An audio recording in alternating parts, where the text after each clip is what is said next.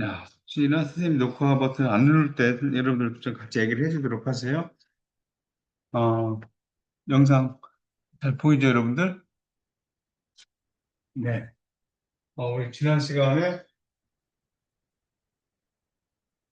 파동으로만 한다고 생각했던 빛이 입자성이 있었고, 또 입자로만 생각했던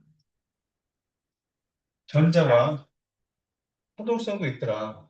특히 이제, 알루미늄 호일에 이건 빛이니까 필тер이 있겠죠. 그러니까, 파동이 지난 시간에 했던 거, 활동의 가장 큰 특징은 회전을 한다는 거죠. 여기 이제 회전을 한다. 음, 조그만 구멍을 통과하면 이렇게 회전이 일어난다. 입자 같았으면 그냥 몇 개만 빠져나갈 거란 말이에요. 그런데 엑스레이가 빛이니까 그냥 이제 회전을 이렇게 했다는 거죠. 엑스레이가 이제 빛이니까 파동을 것이고, 파동인데 회전이 일어났다는 거죠. 뭐 당연하다는 거예요. 그런데 전자가 전자가 어떤 물질, 입자인데,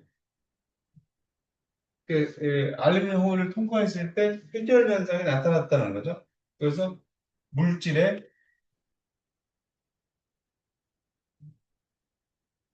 파동을 이해할 수 있었다는 거죠. 그러니까 전자의 파동성을 뒷받침하는 이거죠. 전자가 회전 현상이 나타났다라고 하는 것은 전자의 파동성을 뒷받침하는 그런 계기가 됐다는 거죠. 그래서 두보로의 물질파라고 하는 이런 식들을 얘기할 수 있었다는 거죠. 넘어가 볼게요.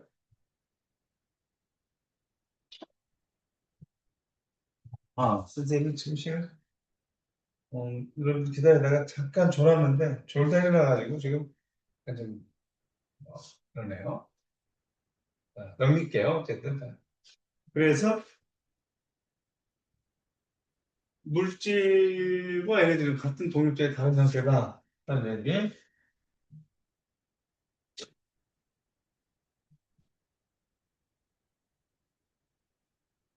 어, 같은 같은 독립체의 다른 형태다. 그래서 선생님이 빛은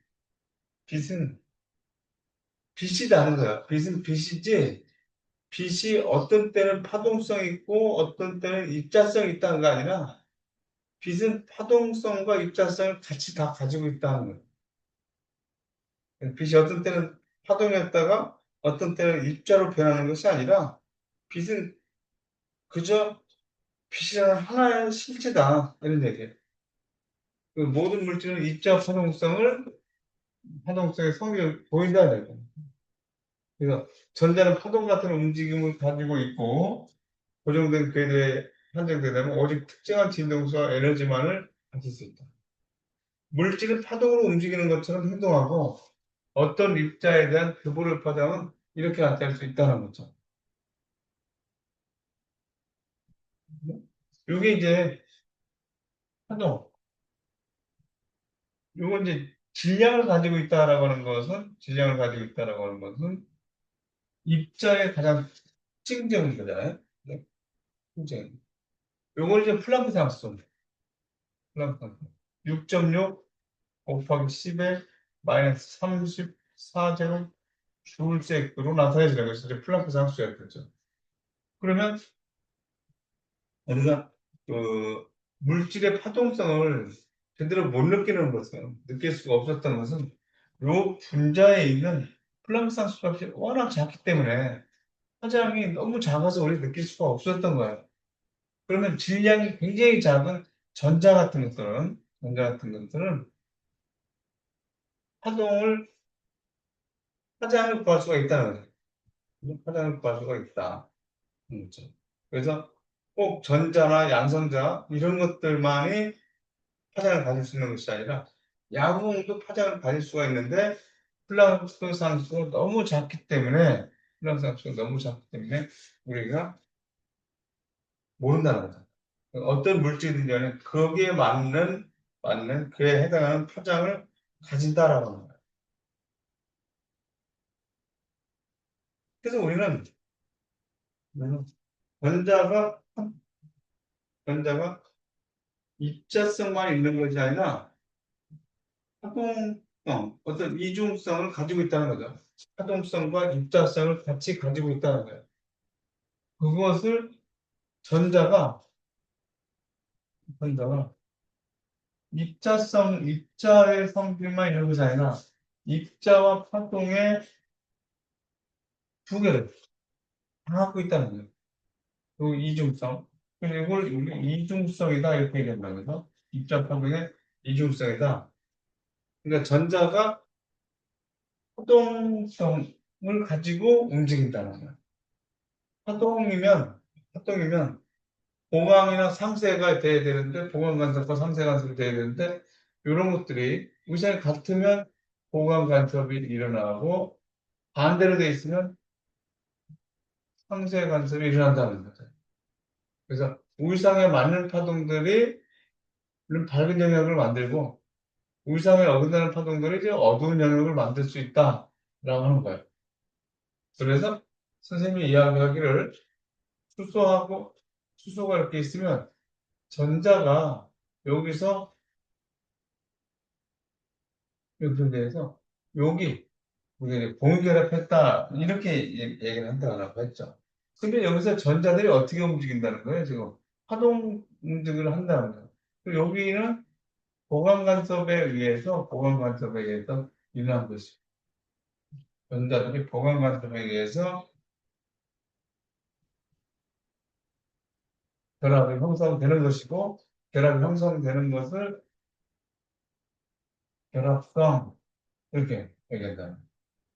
그러면 이게 파동 운동을 하면 상쇄되는 부분도 있을 것이다라고 했을 때 상쇄되는 것은 바깥에 있다라고 했었죠. 그렇죠? 이 전자가 이 바깥에 핵과 핵의 바깥에 존재하는 것이 우리는 이것이 상쇄 관섭 때 일으켜지고 이런 것은 반결합성이다 이렇게 얘기한다는 했었죠. 그럼 이런 것들을 어떻게 알았냐는 거예요. 어떻게 알았느냐? 음, 어떻게 알았냐? 이거 이제 방정식을 풀어보면 이 전자들의 거동을 알 수 있는 방정식이 있는데 그 방정식은 오늘 이제 공부를 할 거예요. 슈레딩거 방정식이라고 하는 것인데 잠시 후에 하고 조금 더 볼게요. 그러면 전자가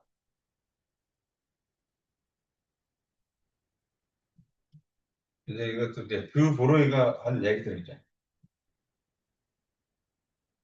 전자가 이렇게 파동성을 가지고 움직인다는 거예요. 파동성을 가지고 움직이는데 우리는 이런 것들 파동에서 이렇게 요거부터 여기까지 딱 오는 것들이죠. 이렇게 딱 끝나는 것들을 우리는 뭐라고 얘기하냐면 정상파라고 얘기해요. 정상.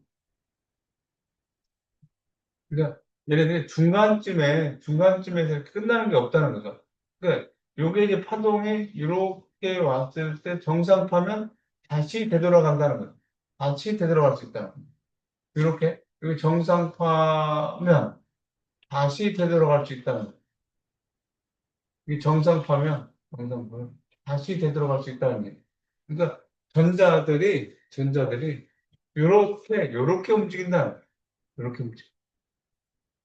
그러면 요게 이제 정상파로서 얘네들이 이 보강 간섭에 의해 나타나고 보면, 그렇죠? 여기가 이제 보강 간섭이라고 보면, 여기도 좀 보강 간섭이 일어난 곳이고, 여기도 보강 간섭이 일어난 곳이면, 전자들이, 요쪽에서는 전자가 존재하기 어렵다는 거예요.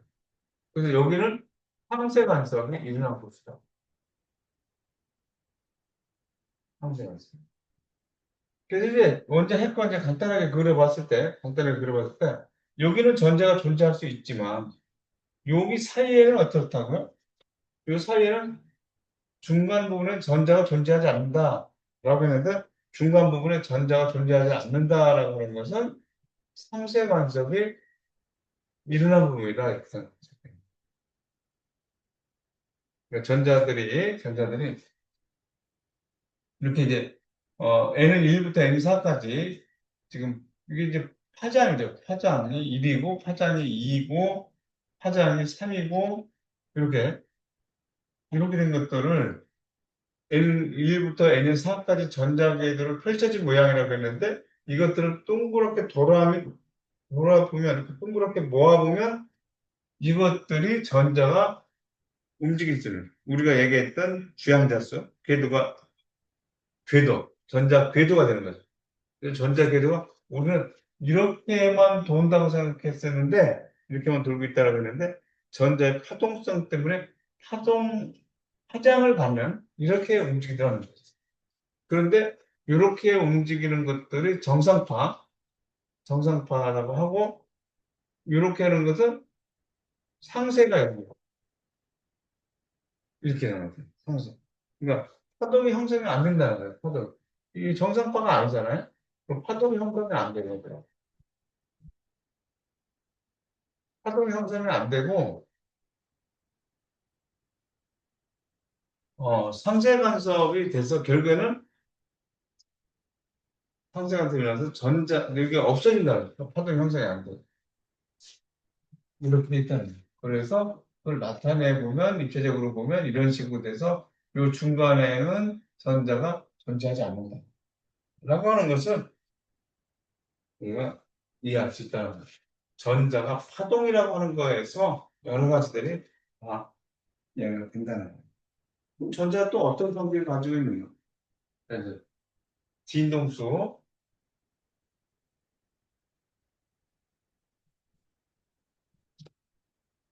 자, 진동수가 작을수록 파장이 그려진다 했는데 진동수와 파장의 관계, 진동수와 파장의 관계는 선생님이 이거를 좀 꼭 기억하라고 했었죠. 이거 에너지는 파의 U 이게 진동수죠.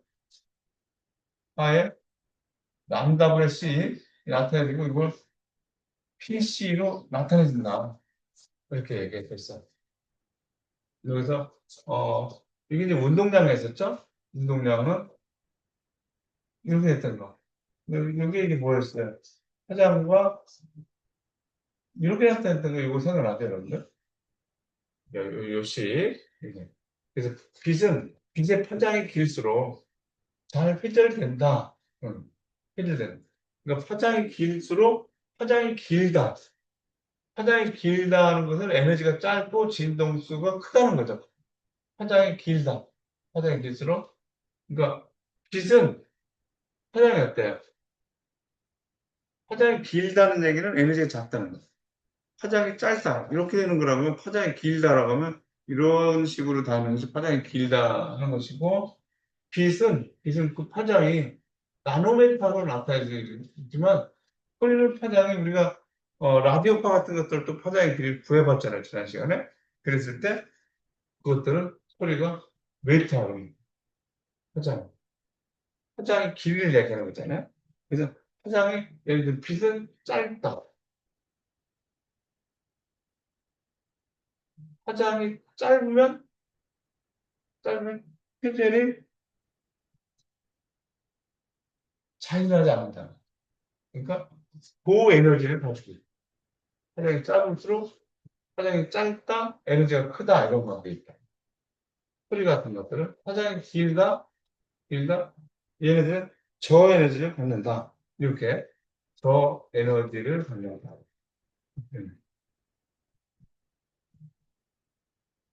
파장이 길수록 회전이 잘 된다는 거예요. 그러니까 파장이 짧으면 회전이 잘 안 된다는 거예요. 회전이 작다. 파장이 길면 회전이 잘 된다. 크다. 회전이 뭐야? 크다. 이렇게 돼. 그럼 회전이 크다는 것은 회전이 크다. 관찰된 회전이 크다. 이게 크다. 그러면 에너지는 작아요. 관찰자의 위치를 정확하게 측정하기가 어렵다. 회전이 클수록 위치를 정확하게 측정하기가 어렵다. 위치를 크니까 어디에 있을지 잘 모르겠다는 거예요. 진동수가 진동수가 작다. 에너지가 작다. 이런 얘기. 에너지가 작다. 에너지가 작다. 그러니까 에너지가 작은 애들이 회전이 큰 애잖아요. 이게 같은 얘기죠. 진동수가 작다. 진동수가 작다. 저에너지를 가지고 있다는 거예요. 진동수가 작다. 네. 맞아요. 운동량이 작았어. 그러니까 에너지가 작으니까 관찰 대상에 전달하는 운동량이 작아지고 그 관찰 대상의 운동량 측정은 쉬워진다는 거예요. 진동수가 작다. 진동수가 작다. 또 에너지가 작다는 얘기야. 에너지가 작으니까 어떤 관찰 대상의 에너지가 조금만 측정되니까 관찰 대상의 운동량 측정이 쉬워지는 거죠. 그러니 운동량 측정이 쉬워지는 거죠. 이 말들 잘 이해해 보세요. 그러니까 이제 이담 너머에 있는 담 너머에서 이제 목소 안 보여도 목소리를 잘 들린다는 거예요. 그러니까 이 얘기를 왜 그래요? 왜 그렇게 했어요? 소리는 잘 들린다는 거예요. 소리의 파장이 더 길잖아요. 회전이 더 잘 일어난다는 거예요. 회전이 잘 일어난다. 그러니까 담 너머에 있는 이 사람들의 모습은 볼 수가 없지만 목소리가 들리는 것은 회전 현상 때문에 그렇다. 회전. 목소리하고 볼 수 있다는 것은 빛을 통해서 보는 거니까. 빛을 통해서 보니까 회전 현상 때문에 목소리만 들리는 것은 목소리가 들리는 것은 소리는 굉장히 길고 회전 정도가 크기 때문에 그것이 담을 넘어올 수 있다는 거예요. 담을 넘을 수 있다. 그래서 지금 했던 얘기들을 다시 한번 하이델베르크 불확정성 원리에 이제 통해서 한번 확인을 다시 보면 보시면 이런 거시적 물체 오늘 하는 여기까지가 여러분들이 이해하기가 참 어려울 수가 있고 최고 어려운 부분 고급화학 중에서 최고 어려운 부분이 여기가 아닌가 저는 이렇게 생각해. 여기만 지나면 이제 수월하니까 여러분들 너무 걱정하지 말고 하세요. 거시적 물체는 위치증과 운동량 측정이 거의 독립돼요. 거시적 물체라고 하는 것은 인간의 오감으로 검출이 되는 것을 냈습니다. 거시적 물체라고 하는 것은 인간의 오감, 느낌으로, 인간의 오감으로 검출이 가능해요.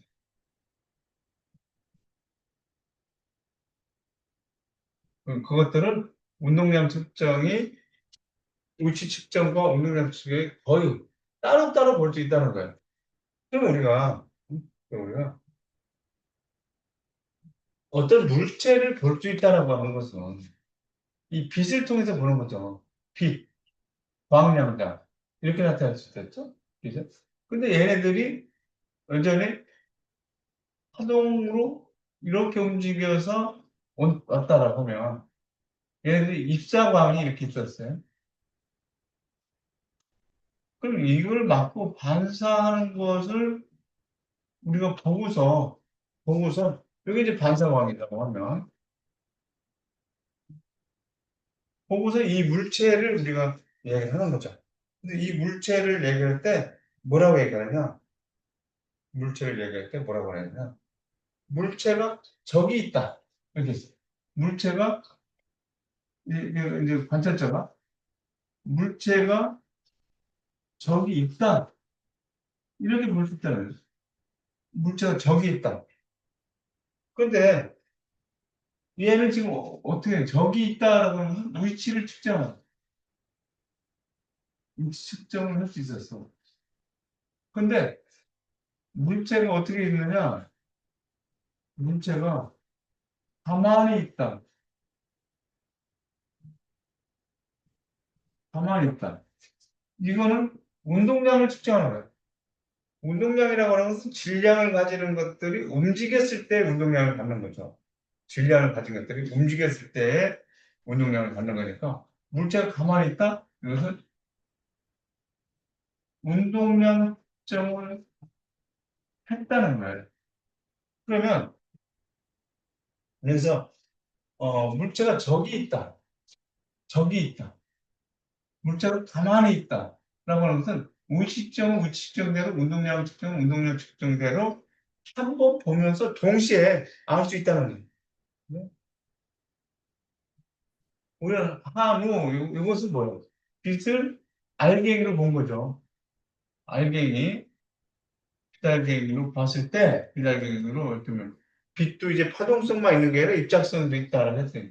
알갱이로 봤을 때 얘가 여기에 있고 또 움직이지 않고 있다는 것을 따로따로 독립적으로 알 수 있다는 거예요. 독립적으로 알 수 있다. 그것은 왜 그러냐면 이 광대에 비해서 이 물체의 운동량, 즉 질량이 엄청 크기 때문에 그렇게 알 수가 있는 거예요. 그것이 저 물체이기 때문에. 이거에 비해서, 빛알갱이에 비해서 이 물체의 운동량이 압도적으로 크기 때문에 그렇다는 거예요. 이거에 비해서. 이거에 비해서 이게 압도적으로 크기 때문에 그렇게 그걸 독립적으로 측정할 수 있다. 그런데 미시형 물체는 미시형 물체. 우리가 여기서는 전자라고 볼 수가 있고 미시형 물체. 그랬을 때 우리가 볼 수 있는 알고 있는 질량이 매우 작은 것은 우리가 전자 있으니까 얘네들은 전자라고 생각을 하고 한번 생각해 보래요. 우주식점과 운동량 측정은 서로 종속적이다는 얘기예요. 따로따로 봐주지 않는다는 거예요. 쉽게 얘기하면 우리가 눈을 가려놓고 우리 눈을 가리고 여기 아주 질량이 작은 아니 가벼운 가스를 넣은 헬륨 가스를 넣은 풍선이 있다고 생각하잖아요. 풍선이 있을 때 풍선이 어디 있느냐 그 위치를 우리가 찾으려고 할 때 나무를 들고 예를 들어서 이런 자 같은 것을 하나 들고서 눈을 가렸으니까 이렇게 했다는 거예요. 근데 자에 지금 내 느낌이 왔어요. 퉁 쳤더니 여기에 풍선이 있다는 거예요. 여기에 있다고 퉁 쳤다. 위치 여기 있다. 라고 했을 때 그 풍선은 이미 거기에 없죠. 이미. 퉁 친 것이 하나의 에너지가 돼서 다른 데로 날아가 있을 거 아니에요. 그런 얘기들이에요. 그러니까 미시형 물체는 여기에 전자가 있다고 생각해 보자고요. 선생님이 이렇게 두 개를 만들어 놓은 것은 전자가 있는데 하나는 이 전자를 보는데 이 광원을 통해서 보겠죠. 얘네들이 화장이 인 상태의 빛으로 이 전자를 받고 그러면 반사광에 의해서 내가 관찰이 가능할 거 아니에요? 그러면 화장이 길다. 화장이 길다. 얘를 얘가 지금 화장을 이렇게 한다. 화장이 길다. 화장이 길으면 진동수 짧고 그 다음에 에너지가 작고 이렇게 얘기했겠죠. 화장이 길면 화장이 길면 회전이 어떻게 하겠어요? 회전이 더 크게 나타난다는 거예요. 여기에 지금 아까 소리가 회전이 더 크게 나타났잖아요. 파장이 더 길었었고. 그러면 얘네들이 회전이 일어난다라고 하는 것은 이 에너지를 바꿔서 얘가 이렇게도 이렇게도 퍼지는 것이 넓게 퍼진다는 거예요. 회전이 크게 일어난다. 이것을 우리가 회전이 크다 이랬단 말이에요. 회전이 크다. 그래서 널리 퍼진다. 회전이 퍼진다. 그래서 아까 소리가 담장을 넘어서까지 왔잖아요. 그러면 그러면 회전이 크기 때문에 위치의 불확정성.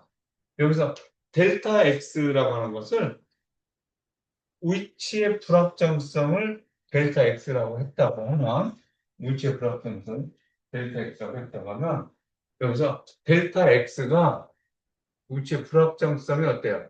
커졌죠. 불확정성. 커졌다. 그리고 얘네들한테 에너지가 조그만 애가 부딪혔으니까 에너지가 조그맣고 작은 운동량의 변화가 있을 것이라는 거죠. 내가 작은 운동, 작은 운동량의 변화가 있다는 거죠. 그 운동량을 P라고 했어요. 운동량의 불확정성. 그러면 운동량의 불확정성은 운동량의 불확정성은 어떠냐? 작아졌다는 거죠. 운동량의 불확정성은 작아지고 위치의 불확정성은 커졌다는 거죠. 다시 미시형 물체는 종속적이라는 거야. 그리고 얘네들이 파장이 긴 빛을 보이면 에너지가 작기 때문에 운동량이 작은 운동량의 변화가 있다는 거예요. 대신 회전은 크죠. 회전이 크다라고 하는 것은 위치의 불확정성이 커졌다라고 얘기하는 것이고 어디 있는지 모른다는 거죠.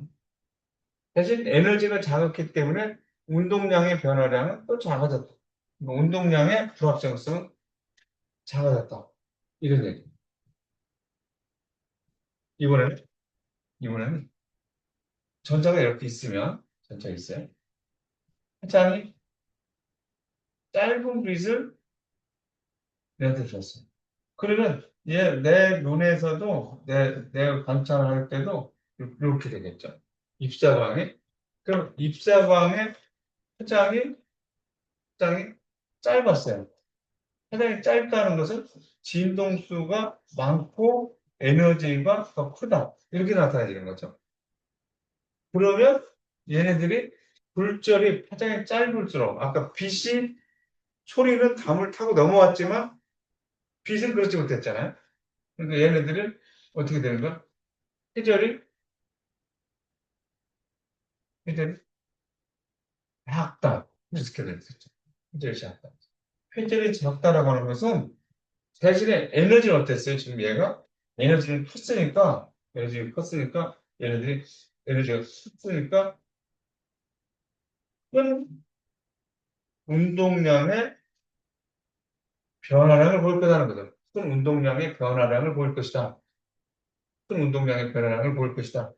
그렇다는 얘기는 운동량의 변화가 더 큰 것은 불합정성이 커졌다라고 했고 회전이 작다라고 얘기한 것은 회전이 작다라고 하는 것은 위치의 불합정성은 줄어들었다 이렇게 얘기할 수 있다는 거예요.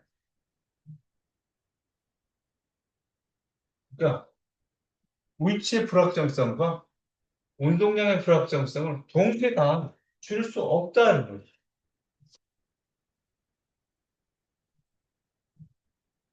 이것을 이해하기가 좀 어려운 것 같아서 선생님이 이렇게 가져와 봤어요. 여기서. 현경으로 어떤 입자를 본다라고 했을 때, 파장이, 그리고 들어오는 빛, 광자, 이 파장이 길다. 파장이 길면 에너지가 작으니까, 에너지가 작으니까, 운동량의 변화량은 어떻다는 거예요? 운동량의 변화량. 자, 파장이 길다.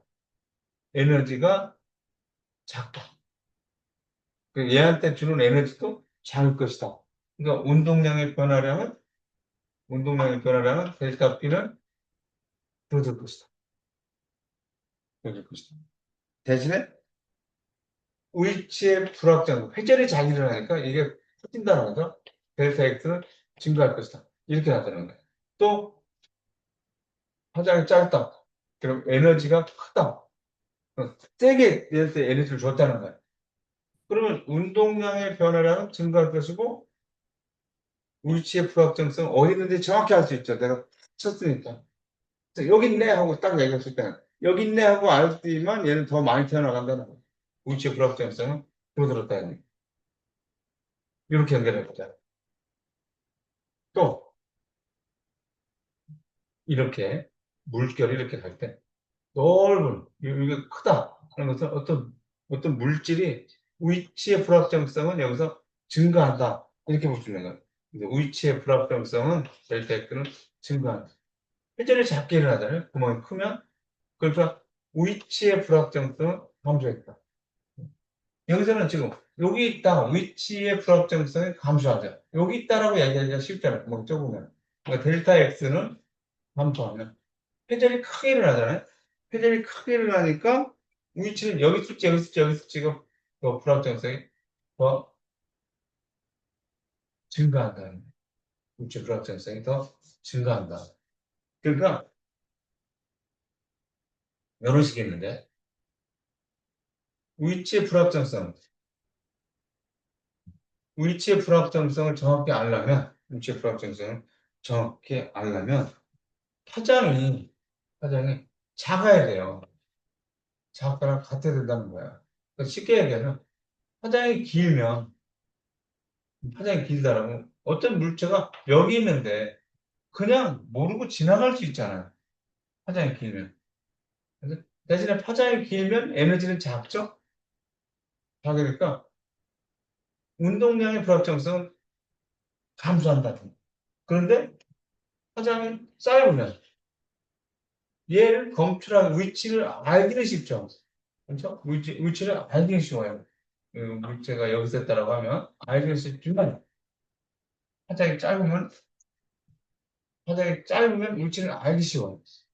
그러면 이 관계로 델타 X라고 하는 것이 델타 P분의 플랑크 상수로 나타낼 수 있잖아요. 델타 P분의 플랑크 상수.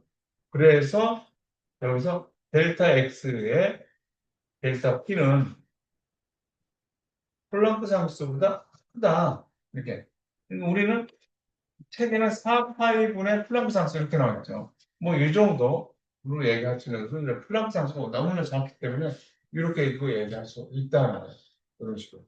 그래서 불확정성 원리라고 하는 하이젠베르크의 불확정성 원리라고 하는 것은 우치 불확정성과 운동량 불확정성을 동시에 줄일 수 없다는 거예요. 그러니까 어떤 측정 장비가 불명계수가 아니라 그것이 물질의 특성이라는 거예요. 물질의 성질이라는 거예요. 물질의 성질.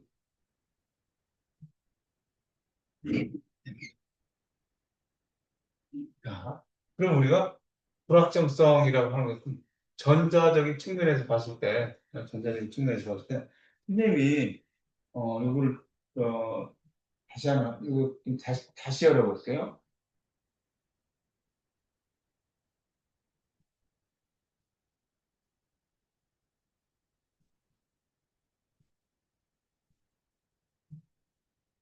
음, 네, 조금 수정을 했는데,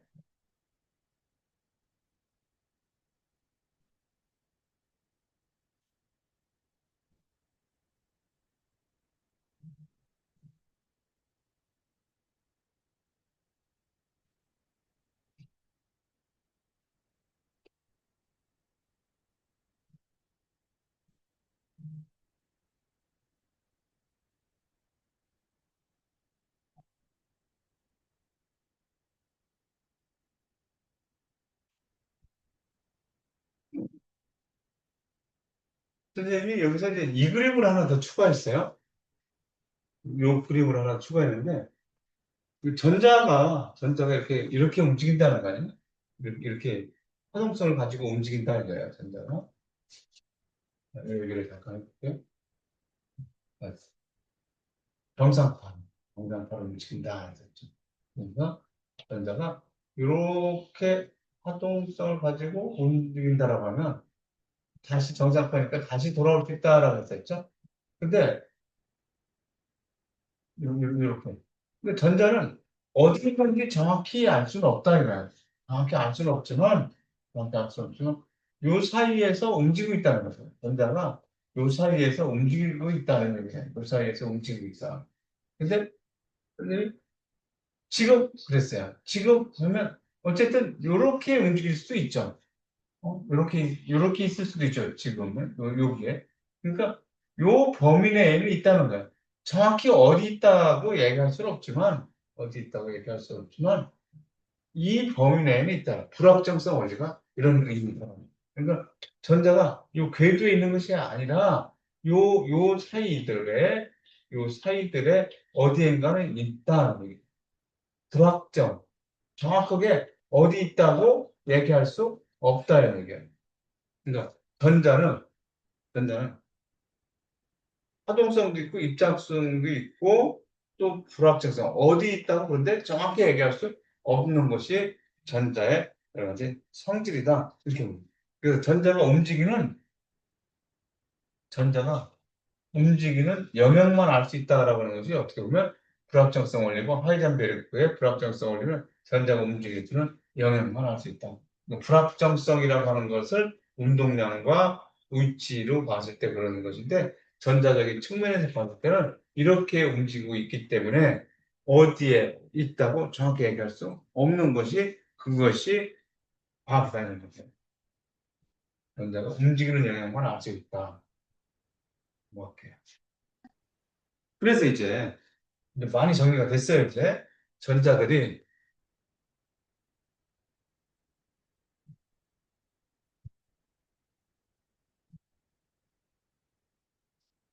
슈레딩거라는 사람. 전자의 파동적 거동을 통일성 있고 일관성 있게 설명하며 나아가서 양대색의 기본 운동을 기술하는 법칙이 필요하다. 전자의 파동적 거동을 통일성 있고 일관성 있게 설명했으면 좋겠다는 거예요. 그것이 바로 뭐야? 그것이 바로 슈레딩거 방정식이라는 거예요. 전자의 파동적 거동. 파동적 거동. 그러니까 전자의 파동적 거동이라는 것이 파동적 거동. 그러니까 입자성도 있지만 입자성도 있지만 수동성도 있고 전자가 지금까지 우리가 공부했던 것들이 전자 입자인 줄 알았는데 파동성도 있고 또 어디 있는지 불확정성 원리라고 해서 불확정성 이런 것들이 이제 전자가 가지고 있는 다양한 것들이 있는데 그것들을 일관성 있게 설명하고 나아가서 양대색의 기본적인 기술하는 법칙이 필요한데 그것이 바로 슈레딩거 방정식이다. 이런 얘기예요. 그러니까 슈레딩거 방정식이 이렇게 나타날 수 있는데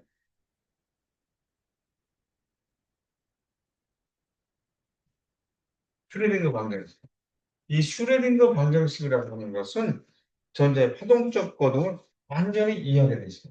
우리가 어떤 원자의 세계가 있었다라고 하면 이게 원자의 세계가 있으면 이게 원자의 세계 대문이라고 해요. 이 대문 이 틈으로 원자의 세계를 틈으로 조금 들여다볼 수 있었던 것이 보어였다라고 하면 이 원자의 세계를 문을 살짝 열어 젖혀서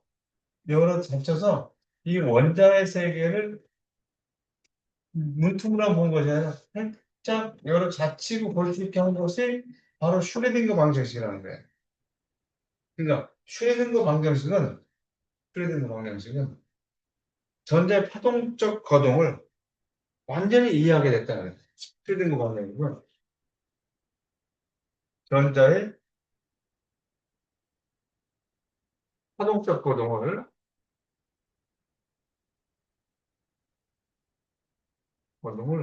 완전히 이해하게 된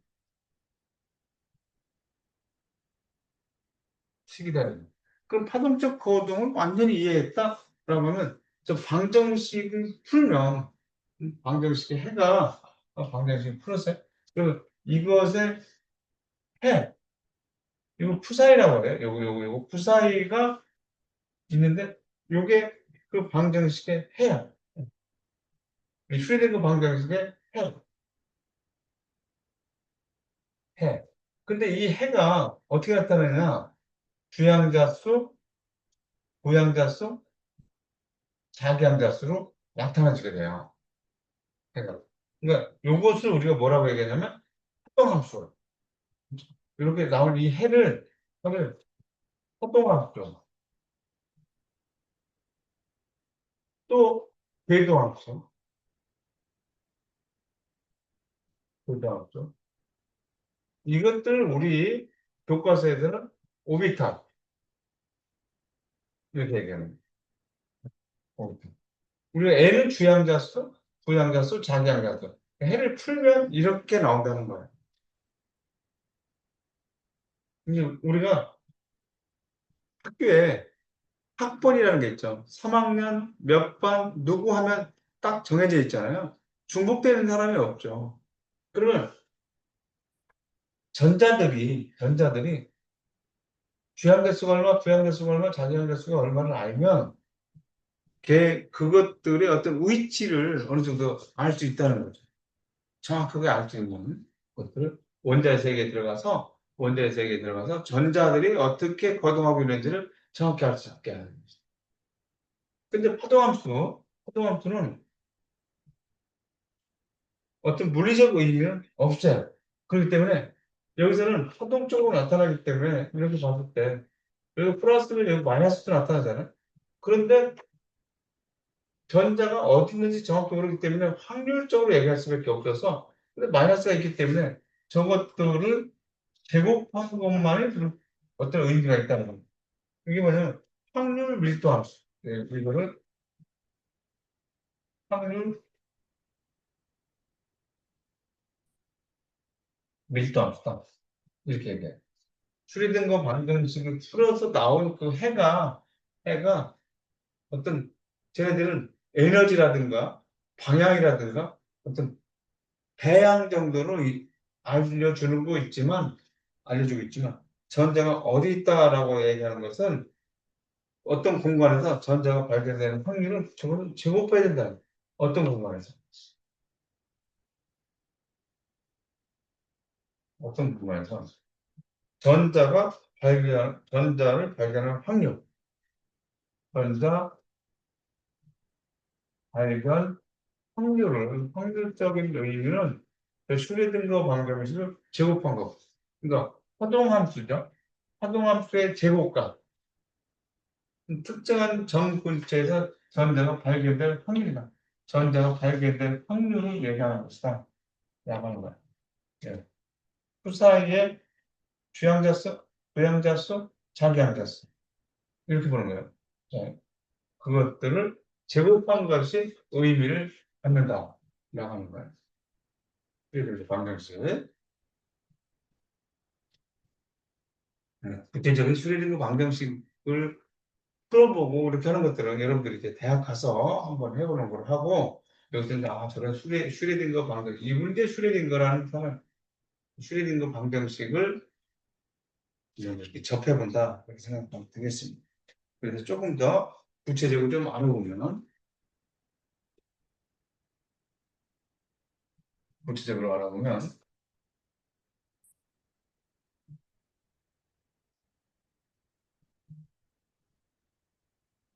이제 지금 전자라는 것이 전자가 입자 그런데 입자성 처음부터 우리는 입자로 알고 있었죠. 그리고 보니까 활동성도 있더라. 어떤 때는 입자성이 있고 어떤 때는 파동성이 있는 것이 아니라 얘네들은 물질이면서 파동 모든 것들이 다 그렇더라는 거죠. 근데 어떤 물질 질량을 가지고 있는 그러니까 질량을 가지고 있다는 것은 그게 움직이면 운동량이죠. 움직이면 운동량이죠. 질량을 가지고 있고 어떤 물질의 가장 큰 특성은 질량을 가지고 있다는 것이고 파동의 특성은 파장을 가지고 있다는 건데 어떤 물질이든지 간에 질량을 가진 모든 물질이 그에 맞는 파장을 다 갖고 있다는 거예요. 파동성. 그런데 왜 못 느끼느냐? 플랑크 상수가 너무나 작아서 질량이 큰 것들은 그 파동을 우리가 느낄 수가 없었기 때문에 몰랐다는 거죠. 그리고 파동성이 있기 때문에 얘네들이 정상파로 움직이는데 얘네들이 불확정성, 그렇죠? 불확정성 원리.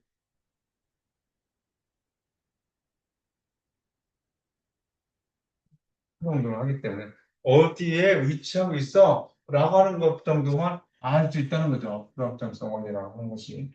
그래서 그것을 이것들을 이렇고 이런데 그것들을 정확하게 풀 수 있는 통일된 것이 풀려 있는데 이거에 요거 이게 바로 뭐라고 했냐면 슈레딩거 방정식 됐죠. 여기 슈레딩거 방정식 다시 한번 써볼게요. 슈리딩거 방정식인데 슈리딩거 방정식인데 이 슈리딩거 방정식은 전자예요. 전자. 전자의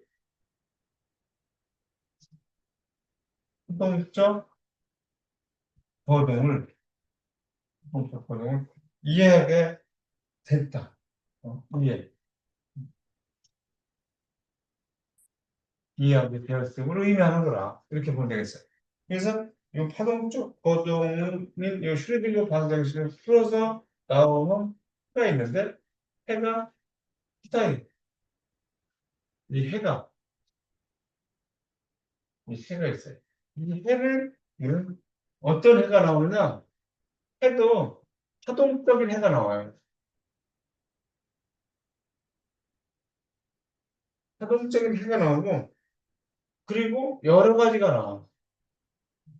여러 가지 해가 나오고 여러 가지 해가 나오고 그 다음에 정수에 대응한다.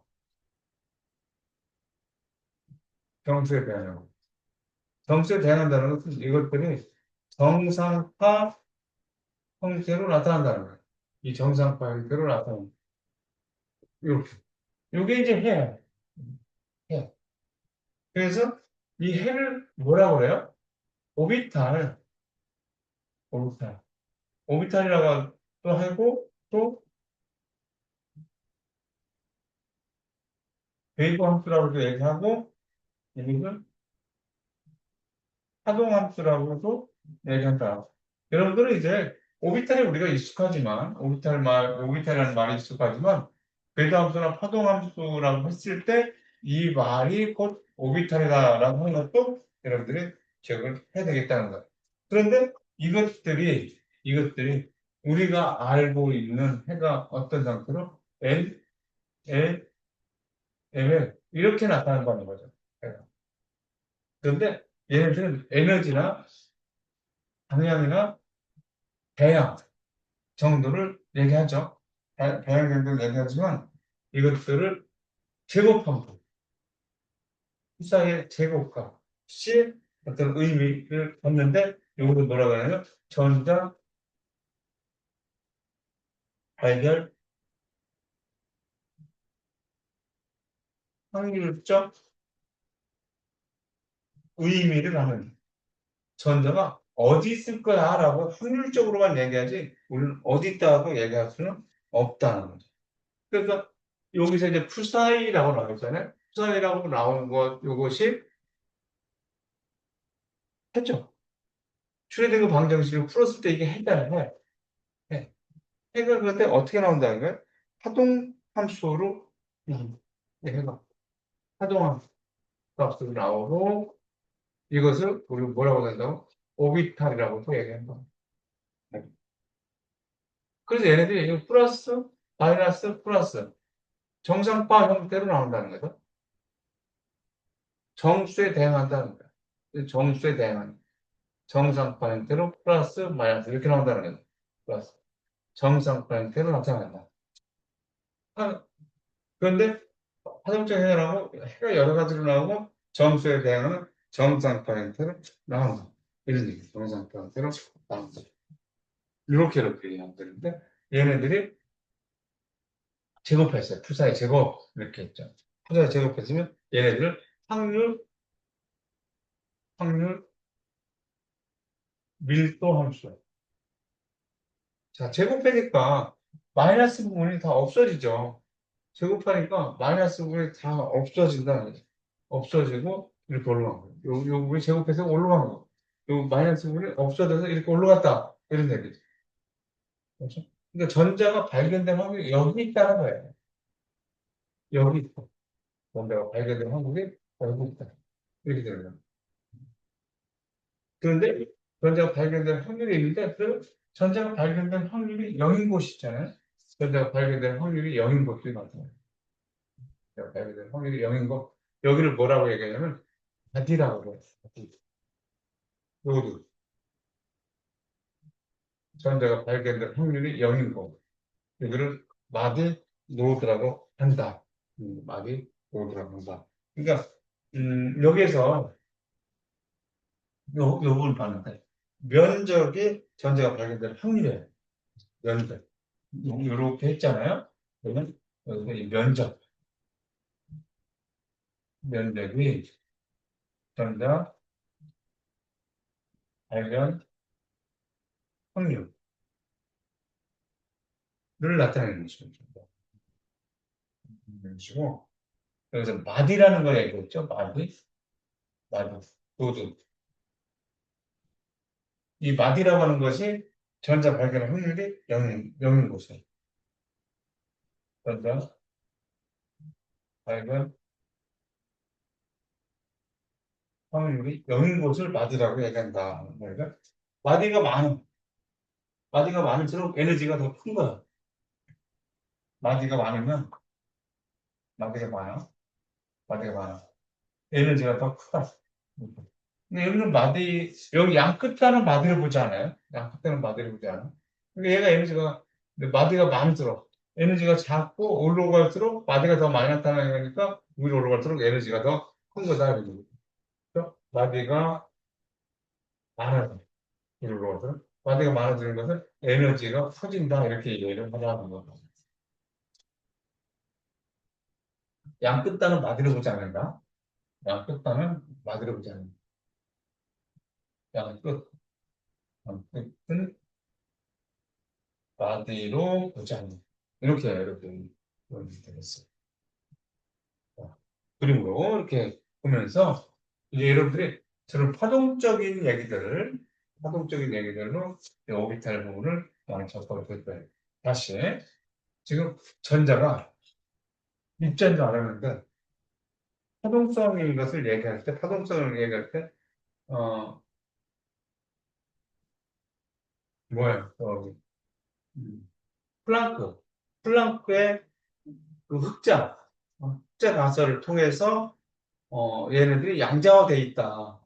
빛이 양자화돼 있다. 이렇게 얘기를 했고, 그러면 드브로이라는 사람이 빛이, 파동성이 있다라고, 빛이 입자성이 있다라고 하면, 그러면 우리가 입자라고 생각했던 것들 및 전자도 파동성이 있지 않겠느냐. 그 물질파라는 것을 얘기를 했죠. 그래서 톰슨의 아들이 알루미늄의 금속의 그 미세한 구멍에 나타내 봤을 때 빛처럼 전자도 회전 현상이 나타났죠. 그거를 그럼으로써 아 전자도 회전이 되는 거구나. 회전이 되는 거구나. 이렇게 얘기를 했다. 그러니까 전자의 파동성을 우리가 알게 됐고요. 그럼 전자가 파동성으로 움직인다라고 하는 것은 얘네들이 위치도 우리가 정확히 알 수가 없다는 거예요. 상세나 그다음에 보강 간섭이 일어나면서 얘네들이 어떤 불합정성 원리를 얘기하는데 이런 전자들의 이런 여러 가지 거동들에 대해서 통일성 있게 정리해 줄 수 있는 것이 슈레딩거 방정식이었다는 거죠. 이 슈레딩거 방정식을 풀면 전자의 파동적 거동을 어디에 어떻게 있다라고 하는 것을 얘기할 수 있다는 거죠. 그래서 전자의 파동적 거동을 이야기를 해서 이 방정식 풀었을 때 나온 것이 우리가 오비탈이라고 하는 것인데 그것들을 주양가스, 부양가스, 이런 식으로 나타냈다는 거죠. 근데 전자는 불확정성을 내서 어디 있다고 얘기할 수가 없는데 파동적이라고 하는 것들은 이렇게 음수도 나오고요. 복소수도 나타나거든요. 그런 것들, 음수나 복소수로 나타나고 그런 것들에 대한 것들을 여러분들이 대학가서 한번 해보는 것이고 그래서 그것들을 어떤 확률은 0과 1 사이에 있는 거잖아요. 0과 1 사이에 있는 거기 때문에 그것을 제곱해야만 음수도 없어지고 복소수도 실수로 되겠죠. 그래서 제곱한 것이 어떤 물리적 의미를 갖는다. 그래서 제곱한 것들은 그림으로 봤을 때는 여러분들이 이런 식으로 나타낼 수가 있는데 제곱했을 때 마디라든가 전자 발견 확률적인 의미를 이렇게 얘기할 수 있다. 이렇게 얘기가 되겠습니다. 넘어가 볼게요. 그래서 이제 우리 교과서에 나와 있는 얘기들을 이렇게 나오는 교과서에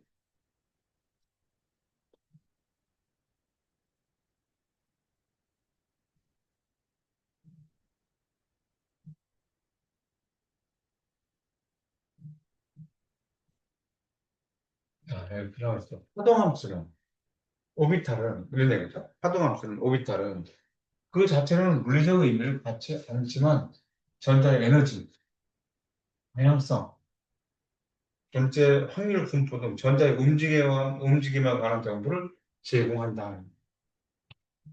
독일의 물리학자 본의 해석에는 어떤 영역에서 전자를 발견하는 확률은 파동함수의 제곱을 해야 된다는 거죠. 파동함수의 제곱이 확률 밀도에 비례한다. 그래서 푸사의 제곱이 0인 곳에는 전자의 발견 확률 밀도가 0이 돼서 푸사이가 0이 되는 곳을 우리는 마디라고 한다. 이런 얘기. 그래서 마디라고 한다. 지금 여기서 푸사이라고 나타난 것이 이런 곳이 이제 그 슈레딩거 방정식을 파란색을 풀었을 때 했는데 파동적으로 나타나잖아요. 여기 0인 곳을 마디라고 하고 제곱해서 나타난 것이 빨간 것을 확률 밀도함수라고 한다. 그래서 그 푸사이 제곱은 확률 밀도, 번째 과외전 확률 밀도라고 하는 것이고 푸사이라고 하는 것은 그 파동 함수라고 한다. 이런 얘기예요. 그래서 파동 함수는 양수음수, 복소수 값을 갖는다. 그러니까 확률 밀도기 때문에 실수이면서 0보다 크거나 같은 값이 된다는 거죠. 확률 밀도는 0보다 크거나 어, 같은 값. 실수이면서 뭐 확률을 P라고 한다고 하면 확률 이렇게 된다는 거죠. 이 파동함수라고 하는 것은 에너지라든가 모양, 공간 배양 정도를 얘기해주는 역할을 행사하니까 이런 데가 마디라고 했던 거. 자, 그래서 넘어가서 보면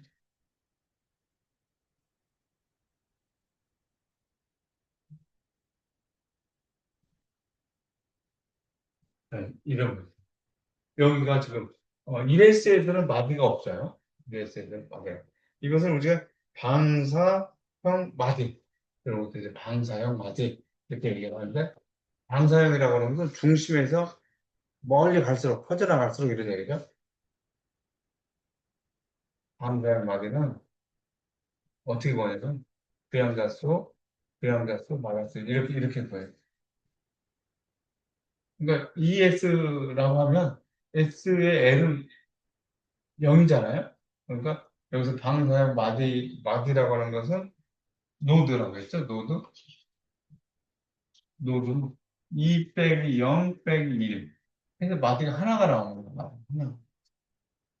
얘는 노드가 노드가 1 빼기 0 빼기 1이니까 0이 되는 거죠.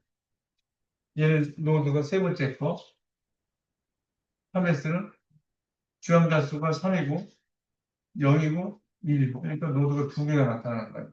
노드가 많을수록 에너지가 더 큰 것이다. 이렇게 얘기를 했죠. 에너지 분리가 더 크다. 그러니까 1S보다는 2S, 2S보다는 3S가 에너지가 더 크다. 이렇게 얘기하는 것이고, 이거를 이렇게 사이 3S, 사이 2S, 요거 이제 파동함수 값이겠죠. 파동함수. 오비탈. 이것이 이제 발견 확률 밀도를 얘기하는 것이고요. 확률 밀도. 제곱한 값이죠. 후사의 제곱, 후사의 제곱, 후사의 제곱. 이렇게 됐잖아요. 이렇게. 그러니까 오비탈, 그 발견 확률 쪽으로 나타냈고 발견 확률이 0인 것이 마디다. 그리고 마디가 많을수록 에너지 줄기가 더 크다. 이런 얘기를 하는 거고 얘기는 이게 뭐,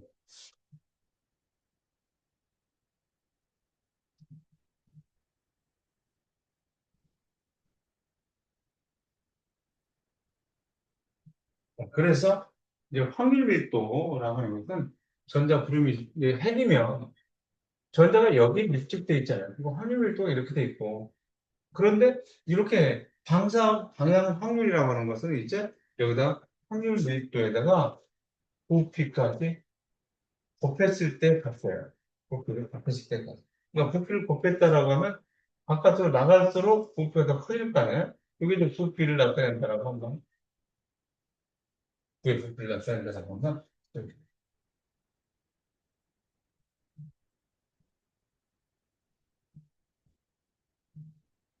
그림을 하나 바꿔봤어요.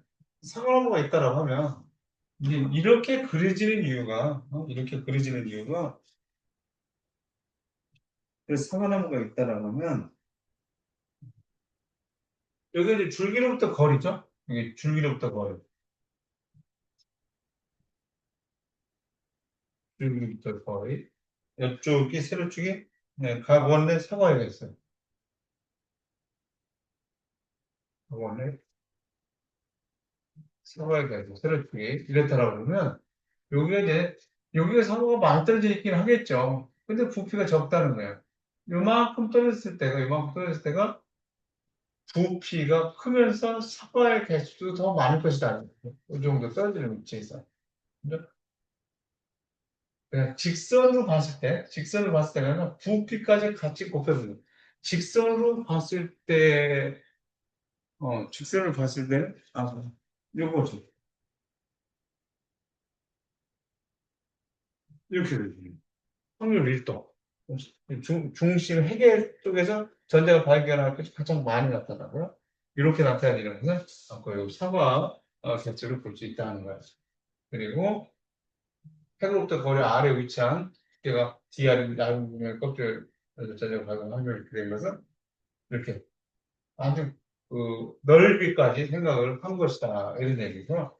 근데 우리가 이걸 얘기할 때 구형 복잡소개를 한다는 거예요. 근데 여기서 전자가 어디에 있느냐? 핵으로부터 안만큼 떨어지는 위치에 있다. 그런 것이고, 요, 어, 각도에 따라, 각도에 따라. 이거는 우리가 이제 봤을 때, 북극에서 어느 위치에 있는 거죠. 어느 위치에 있는. 요 각. 요 각. 그리고, 요, 어느 위치에 있고, 핵으로부터 어느 만큼 떨어져 있느냐. 이렇게 해서 이제 위치를 알아낼 수 있다라고 하는 거예요. 그래서 R 원자 중심으로부터 전자가 떨어질 위치고, 세타라고 하는 것은, 세타라고 하는 것은 각도, 그러니까 지리학적으로 봤을 때 우주에 해당되고, 뭐, 파이라고 하는 것은, 파이라고 하는 것은 떨어진 Z축의 반시계 방향으로 떨어진 각도로서 지리학적으로 봤을 때 경도. 그러니까, 전자의 위치를 알기 위해서 우유도 경도를 얘기하고, 핵으로부터 얼마큼 거리에 떨어져 있느냐, 핵으로부터의 거리까지 생각을 해줘야 되겠죠. 핵으로부터의 거리까지. 우리가 지구상에서 의도 경도는 우리가 지표면에서만 우리가 살고 있으니까 의도 경도 얘기할 수 있지만 전자들은 중심으로부터 얼마큼 떨어져 있느냐. 그 위치가 좀 달라지잖아요. 그렇기 때문에 이 세 가지로 우리가 이야기를 한다. 무슨 얘기예요? 그러니까 요거는 이제 모양을 얘기하는 것이라고 하면 얘네들은 이제 요거는 배양을 얘기하는 거죠. 배양을 얘기하는. 요거는 이제 크기를 얘기하는 거죠. 크기. 그러니까 이건 주양자수에 해당된다라고 하면 모양을 얘기하는 것이라고 하면 L에 해당되는 것이고 배양을 얘기한다라고 하는 것은 방향을 얘기하는 것이기 때문에 ML에 해당되는 것이다. 그러면 우리가 전자의 위치가 어디 있다라고 얘기할 수 있다라는 것은 전자 위치가 어디 있다라고 얘기하는 것은 R과 그 다음에 세타와 그 다음에 수사 사이로 나타낼 수가 있겠죠.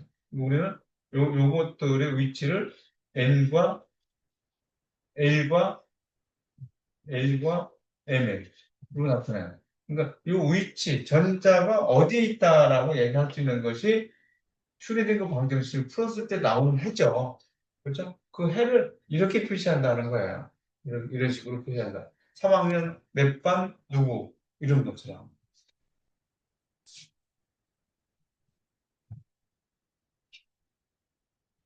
자, 그래서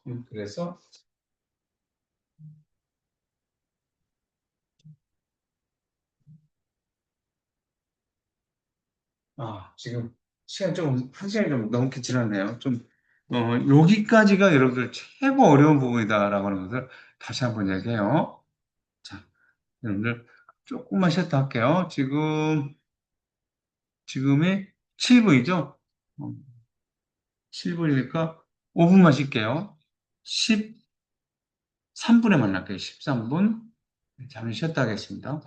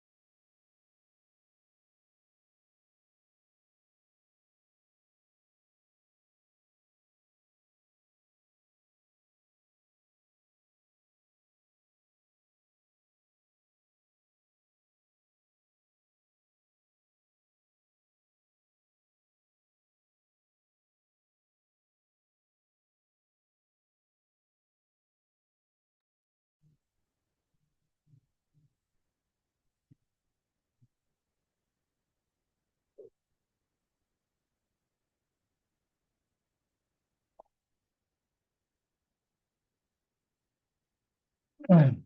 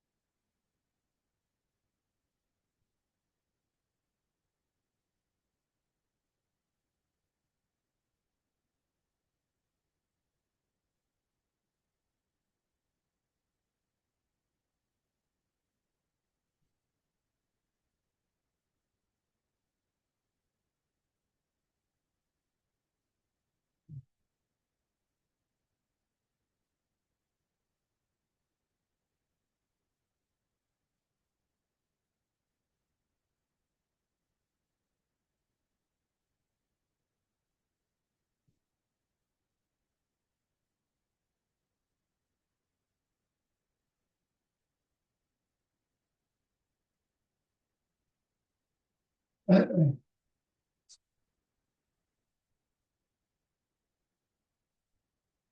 자, 여러분, 이제 좀 힘들지만 바로 시작할게요.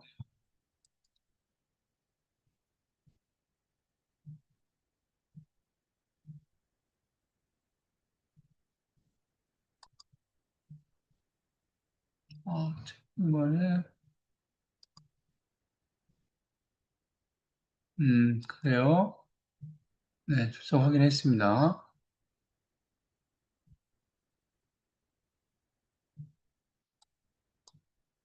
네. 자, 여러분들, 이 그림 잠깐 다시 한번 보고 갈게요. 여기가 이제 첫 번째 원, 두 번째 원, 세 번째 원이라고 한다고 하면 상암일도는 이제 첫 번째 원이 가장 많이 떨어져 있을 것이다. 그리고 이제 그래프가 이렇게 그려지는 것들은 어, 전체적인 상황 배수로 봤을 때라는 거죠. 상황 배수 두 번째 월까지가 있는데, 그러면 이 크기는 어떻게 보느냐 하면, 여기서 전자 발견 확률이 90%, 전자 발견 확률이 이, 그 전자 발견 확률 90%까지 본 것이다. 90% 부피 크기를 이렇게 보는 것이다. 그리고 엑소비탈에서도 마디가 나타나잖아요. 엑소비탈에서 마디가 나타나는데 여기서 전자들이 파동적 거동을 하기 때문에 전자들이 파동적 거동을 하기 때문에 여기서 여기가 마디죠. 전자 마디를 하는 정상파에 따라 가면 정상파가 했으면 얘네들이 다시 돌아갈 수 있는 이렇게 되는 거예요. 여기 정상파에서 여기를 이거 마디라고 하잖아요. 마디가 많을수록 에너지 분리가 더 큰 거야. 1S는 마디가 없고 2S 마디 하나 있어요. 마디 하나 있고 하나 있으면 마디가 두 개 있다. 이런 것들을 전자가 파동적 거동을 하기 때문에 그렇다. 여러분들이 이렇게 이해를 해줘야 되겠다라고 하는 거예요. 넘어가 볼게요. 그래서 선생님이 이렇게 이런 그림들 하나 더 갖고 본 거예요. 요-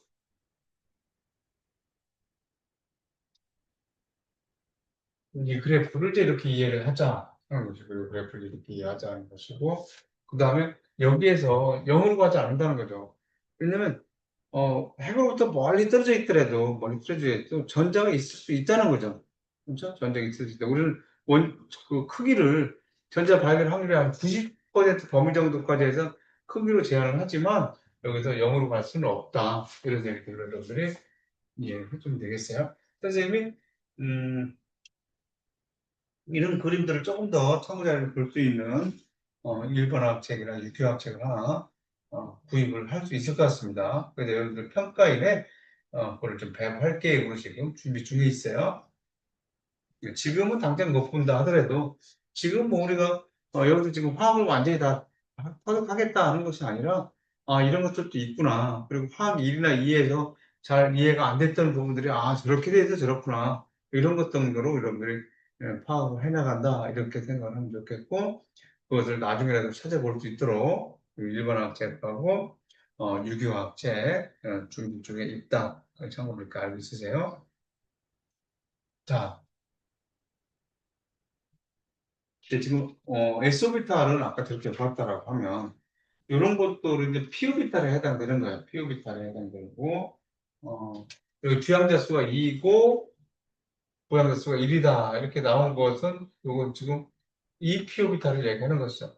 피오비탈을 우리가 보통 아량형이네 마녀 뭐 이렇게 얘기를 하고 있잖아요. 이렇게 하고 있는데 얘네들은 피오비탈은 우리 여기다 선생님 잠깐만 정리해 볼게요. 이걸 뭐라고 얘기하냐면 암형이라고 해서 이걸 뭐라고 그래요? 로브라고 그래요. 로브. 로브. 두 개의 로브로 되어 있는 하나의 오비탈이다. 이렇게 얘기를 하는 거예요. 그래서 두 개의 로브로 구성된 한 개의 오비탈이 뭐라고 한다고요? 두 개의 로브. 로 구성된 이거로 구성된 한 개의 오비탈. 이렇게 얘기하는 거예요. 큐비탈을 얘기할 때, 큐비탈을 얘기할 때 두 개의 로브로 구성된 한 개의 오비탈이다. 그러니까 한 개의 오비탈이라고 하는 데 있어서 한 개의 오비탈 이렇게 얘기했잖아요. 여기 전자 몇 개 들어가요? 전자가 두 개 들어간다. 이렇게. 전자가 두 개 들어간다. 네. 그리고 얘네들은 한 개의 마디가 있어요. 큐비탈은 한 개의 마디. 어디가 마디가 있어요? 여기가 마디가 있죠. 여기가 마디다는 거죠. 요 마디면, 요 그림으로 보이죠? 마디면이 한 개의 마디가 있다. 그리고 여기서 축태라고 하는 이 용어가 나오는데, 이 축태라고 하는 건 뭐냐면, 같은 에너지를 같은 에너지를 갖는 서로 다른 오비탈. 에너지가는 서로 다른 오비탈. 서로 다른 오비탈을, 배양이 다르고 에너지는 같다. 방향만 다르고, 배양이라고 하는 것은 배양이 다르고, 에너지, 이렇게 이해가 쉽다는 배양이 다르고 에너지가 같다. 그러니까 PX, PY, PZ 두 번째 껍질부터 나타난다는 얘기죠. 두 번째 껍질부터 나타난다. 이렇게 여러분들이 하면 되겠습니다. 이런 것들이 피오비탈이다. 이거는 우리가 익숙하게 보았죠.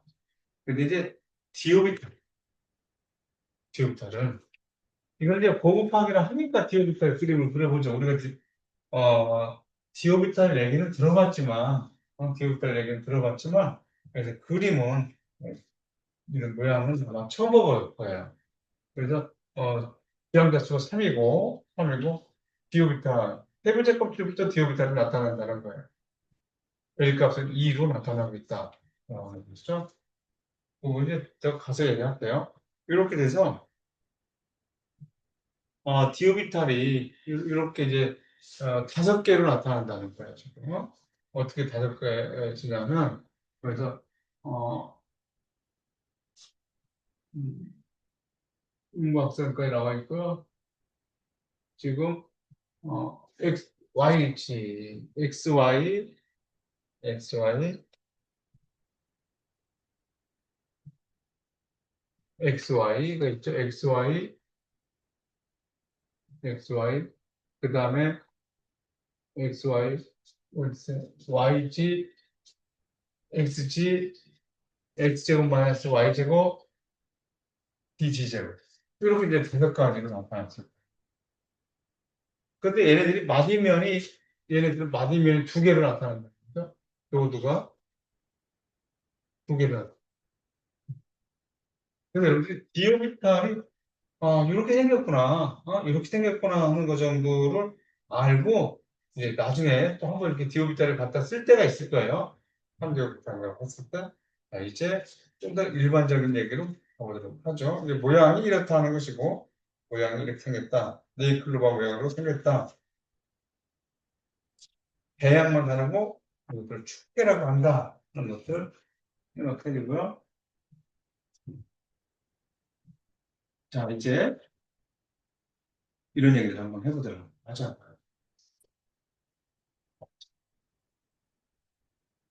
주양자수, 가운동량 양자수, 자기양자. 가운동량 양자수, 우리 부양자수 이렇게도 나오는 교과서가 있어요. 부양자수.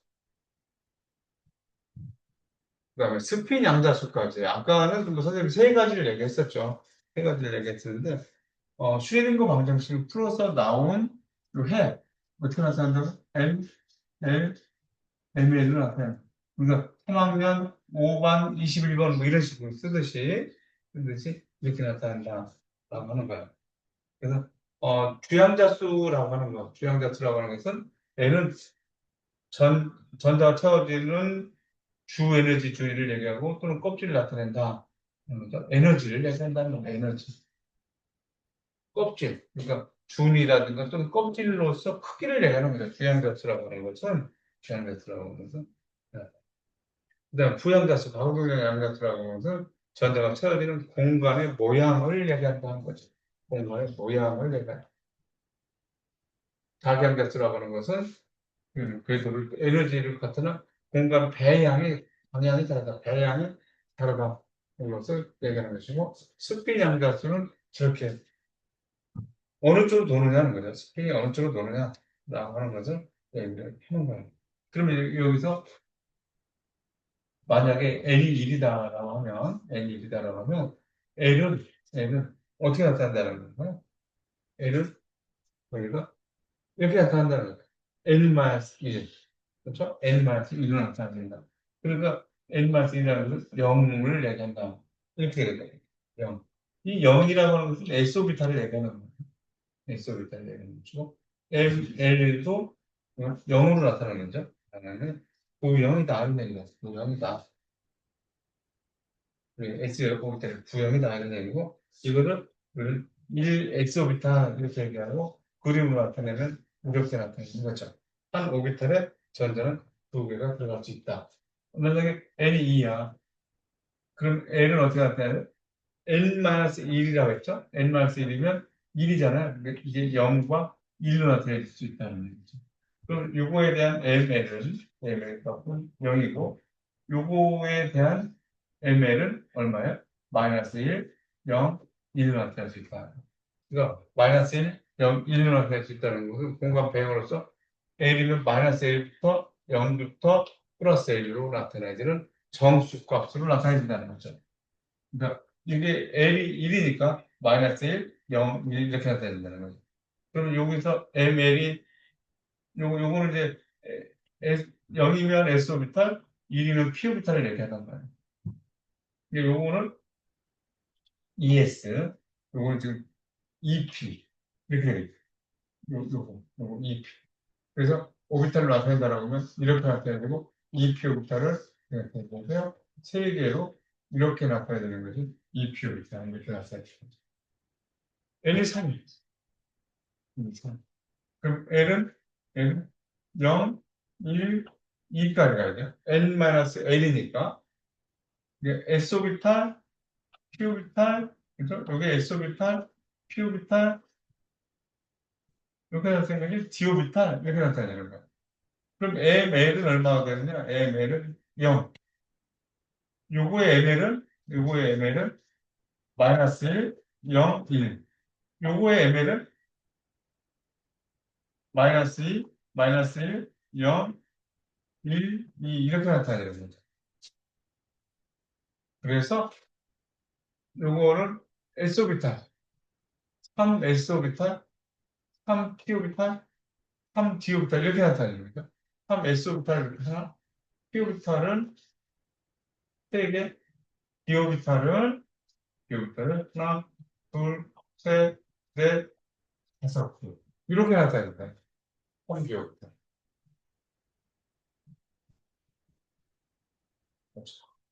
3제곱이다. 이렇게 나타났어요.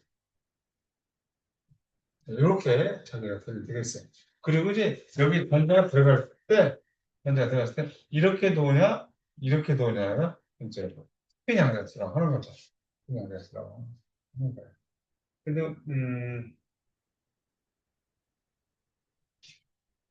이 스피인 양자수는 이거를 먼저 쓰는 것이 이제 우리가 암묵적으로 약속이 돼 있어요. 암묵적으로 약속이 돼 있다. 그래서 이제 이렇게 오비탈 거를 지금 얘기를 하는 거예요. 오비탈이라고 하는 것은 배도함수라고 얘기할 수 있죠. 배도함수의 이름, 배도함수의 수, 이렇게 얘기할 수 있는 거예요. 그래서 n이 1일 때, n은 0, 2일 때는 0, 1, 3일 때는 0, 1, 2, 4일 때는 0, 1, 2, 3 이렇게 간다는 거죠. 오비탈 0이면 n이 0이면 s오비탈, 1이면 p오비탈, 2이면 d오비탈, 3이면 f오비탈을 얘기하는 것이다. 그래서 ml 값이 이렇게 나타나 마이너스 0, 1, ml 값이 L 값이 2면 마이너스 1, 마이너스 1, 0, 1, 2, 3이면 마이너스 3, 마이너스 1, 마이너스 1, 0, 1, 2, 3. 이 하나하나가 뭐예요? 오비탈 수죠. 이 오비탈 수가 얘는 오비탈 수가 3개, 하나, 3개, 5개. 이렇게 들어간다. 이것들을 얘기를 했고, 오비탈을 그림으로 그려서 이렇게 보고 있다.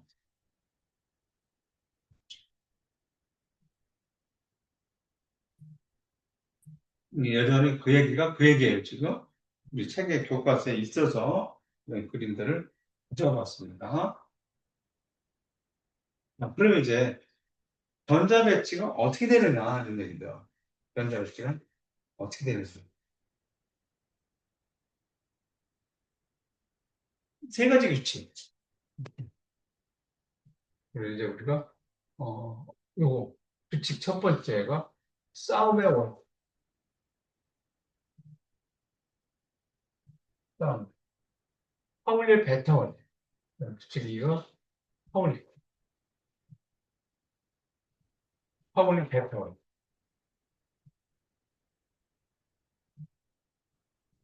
세 번째, 규칙 3의 혼재 규칙. 규칙 3이라고 돼 있었으면 좋았을 때 그거 없네요.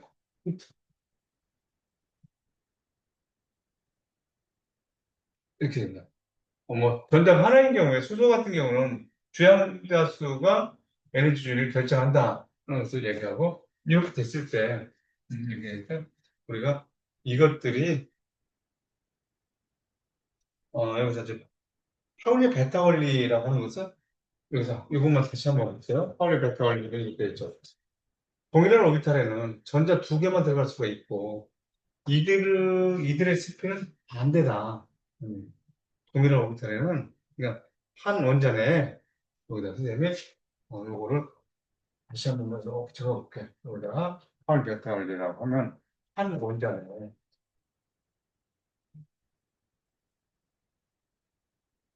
원전에 네 개의 양자수는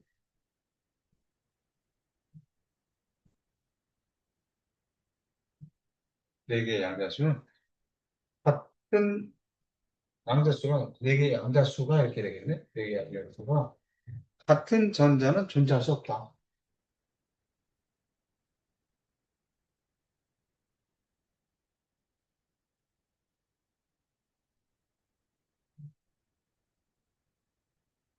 같은 전자가 존재할 수 없다. 이게 파울 베타 원리라고 하는 거지. 이거 알아두세요, 여러분들. 동일한 오비탈에는 전자 두 개만 들어갈 수가 있다. 세 개 들어갈 수 없다는 거죠. 이들의 스피는 반대다. 이들의 스피는 반대다. 그러니까 같은 오비탈에 전자가 세 개래요. 이 한 오비탈에 전자가 이렇게 얘 다르고 얘 다르잖아. 근데 이렇게 되면 한 오비탈에 이거하고 이거 똑같죠. 네 개의 양자수가 있는 같은 전자는 존재할 수가 없다는 거예요. 그러니까 쉽게 얘기하면 학번이 같은 애가 한 학교에 학번이 같은 학생이 있을 수가 없다 이 얘기나 마찬가지예요. 학번이 같은 학생이 있으면 굉장히 혼란스럽 안 되겠죠? 그러니까 전자도 그렇다는 얘기예요. 전자도 그러니까 방향을 풀었을 때 부양자수, 부양자수, 그다음에 다시 부양자수. 요게 같은 게 있을 수 없다는 얘기예요. 같은 게 있을 수 없다. 그리고 방향이 서로 같은 쪽, 이렇게 들어가면 같은 거잖아요. 이렇게 들어갈 수 없다는 거예요. 이렇게 들어갈 수 없다. 그러니까 퍼블릭 베타가 이게 중요한 것은 한 원전에 네 개의 양자수가 같은 전자는 존재할 수가 없다는 것을 얘기하는 것이고, 학번이 우리로 얘기해서 학번이 같은 학생이 한 학교에 있을 수 없다는 거예요. 근데 또 여기서 우리가 되는 거죠. 그리고 이제 이레스,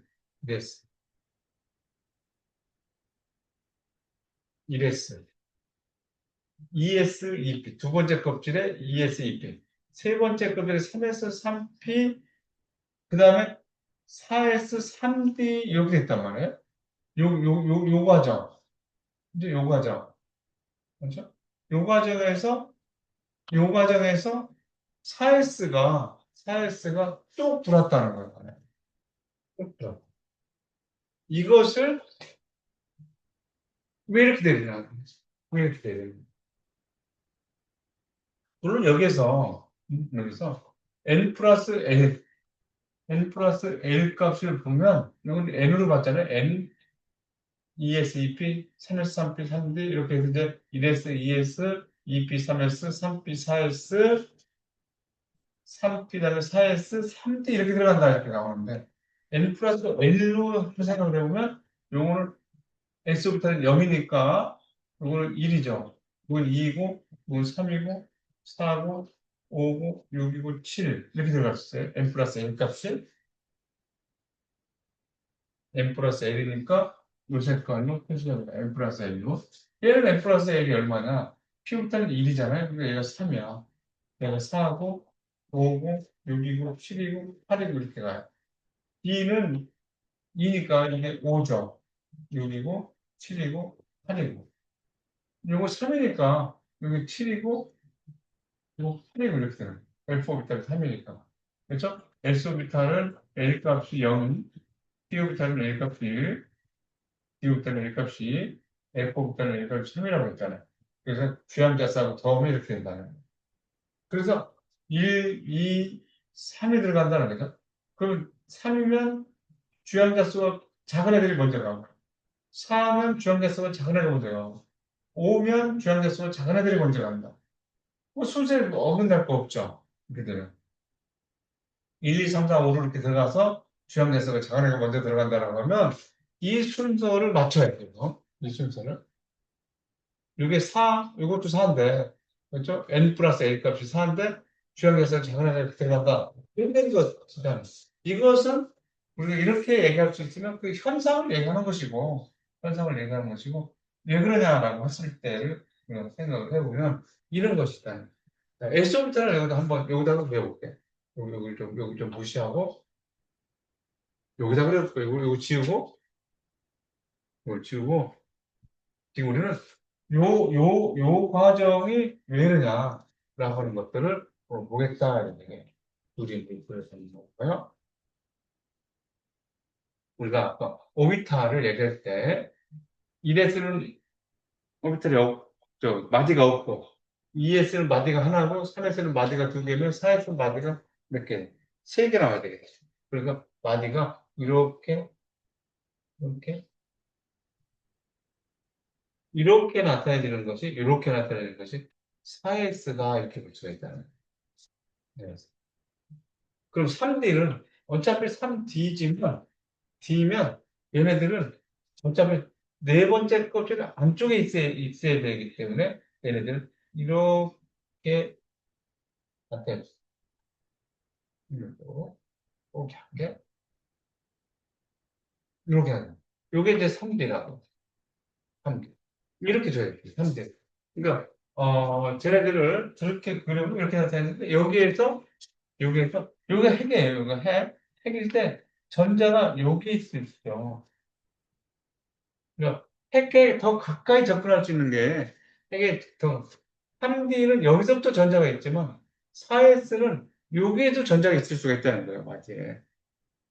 그래서 핵에 더 가까이 접근할 수 있는 애가, 핵에 더 가까이 접근할 수 있는 애가 4S라는 얘기예요. 핵에 더 가까이 접근할 수 있는 애가 4S. 그럼 이쪽으로 갈수록 에너지 준위가 더 높아지는 거 아니야? 4S가 에너지 준위가 더 낮은 애가 이렇게 나타날 수가 있는데, 이거를 뭐라고 부르냐면 우리가 침투 효과라고 해요. 침투 효과. 그러니까 4S에 있는 얘네들, 여기 지금 흰색으로 그려진 게 4S잖아요. 4S에 얘네들이 이렇게 그려지는데 여기서 침투 효과. 핵에 더 가까이 접근해 갈 수 있는 전자가 여전히 있다는 거죠. 그러니까 3B보다 에너지 주기가 낮은 전자가 더 이렇게 있어서 이렇게 나타낼 수 있다. 그러니까 이렇게 되는 이유가 뭐냐라고 누가 물어본다라고 하면 침투 효과 때문에 그렇다라고 하고, 여러분들이 이 그림이 좀 떠올랐으면 좋겠다는 거예요. 침투 효과거든요. 그렇다. 지금 우리가 침투 효과라는 말, 새로운 용어가 나왔고, 축태라는 말 나왔었죠? 피오르타의 축태가 있었다는 거죠. 에너지는 같은데 방향만 다른 것을 우리가 축태다, 이렇게 얘기했다는 거예요. 자, 그러면 이제 같이 한번 교과서에 이런 게 나왔어요. 에너지 얘기가 나오죠? 에너지. S 오비탈, P 오비탈, D 오비탈, F 오비탈 이렇게 돼 있어요.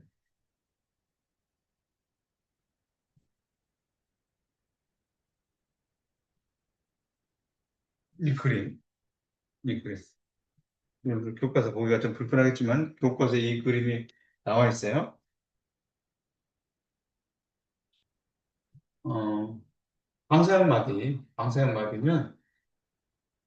방사형마디는 핵으로부터 거리에 따라서 전자를 발견 확률이 0이 되는 구형마디를 얘기하는데, 아까 방사형마디가 어떻게 나타난다고 했냐면,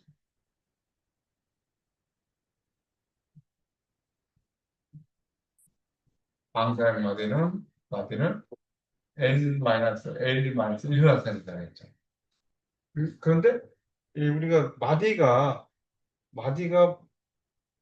많을수록, 이 방사형 마디가 많을수록 반지름이 어떻게 되냐면 반지름이 뛴다는 거예요. 그러면 얘네들이 마디수를 계산한다라고 하면 3D는 마디가 어떻게 돼요? 배양자 수가 3 마이너스 D니까 D는 2잖아요. D오비탈이면 마이너스 1. 그러니까 얘는 마디가 없어요. 3D는. 3P는 어떻게 되느냐? 3 마이너스 P오비탈이면 1이죠? 그리고 마이너스 1. 그러니까 마디가 하나가 있는 거예요. 3S는 어떻게 되냐? 3 마이너스 S오비탈이면 L이 0이잖아요? 그리고 마이너스 1이니까 마디가 두 개야. 그러니까 마디가 많으면 반지름도 크다라고 했으니까, 여기서 반지름의 크기는 3D, 3P, 3S 있으면 반지름의 크기가 이렇게 나타나진다는 거예요. 3S, 3P, 3D 순으로 그려졌잖아요. 그런데 침투 능력, 침투 효과 했었죠. 침투 능력은 누가? 지금 이 파란색이 S잖아요. 여기 봐요. 여기 침투 파란색. 그 다음에 빨간색보다는 이 노란색, 3P 여기 있다. 여기. 이렇게 3P 있다고 해야 돼. 여기. 이렇게 다 돼. 그러니까 침투 능력이 누가 가장 커요? 침투 능력. S오비탈, 그 다음에 P오비탈, D오비탈로 봤을 때 침투 능력이 이렇게 크다는 거잖아. S오비탈, P오비탈, D오비탈 서로 크다는 거예요. 그러면 이것들의 에너지, 에너지는 어떻게 되느냐? 에너지가 에너지가 핵에 가까이 가 있으면 에너지는 작잖아요. 핵에 가까이 갔으면 에너지가 작아요. 그러니까 핵에 가장 가까이 갈 수 있는 것이 3S. 그리고 3P, 가장 멀리 떨어지는 게 3D야. 그러니까 이게 에너지 주기가 이렇게 크다, 이런 얘기예요.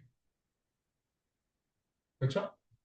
침투 능력이 크다는 것은 전자가 핵에 가까이 갈 수 있다는, 가까이 가 있을 수 있다는 얘기예요.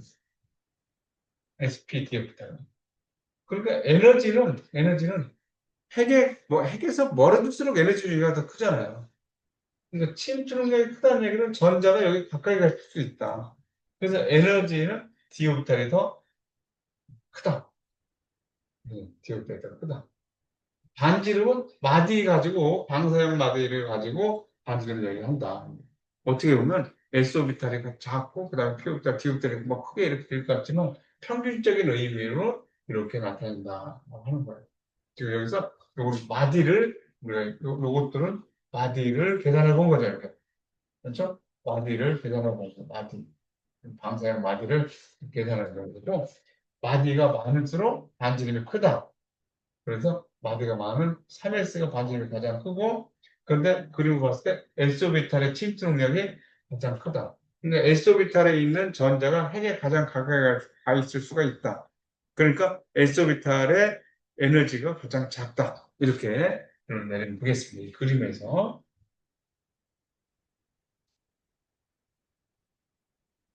자, 이제 직접적으로 전자를, 전자 배치한 것들을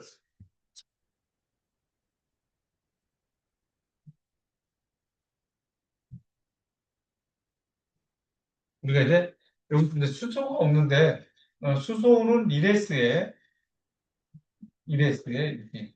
그다음에 헬륨은 이렇게 나타내지겠죠.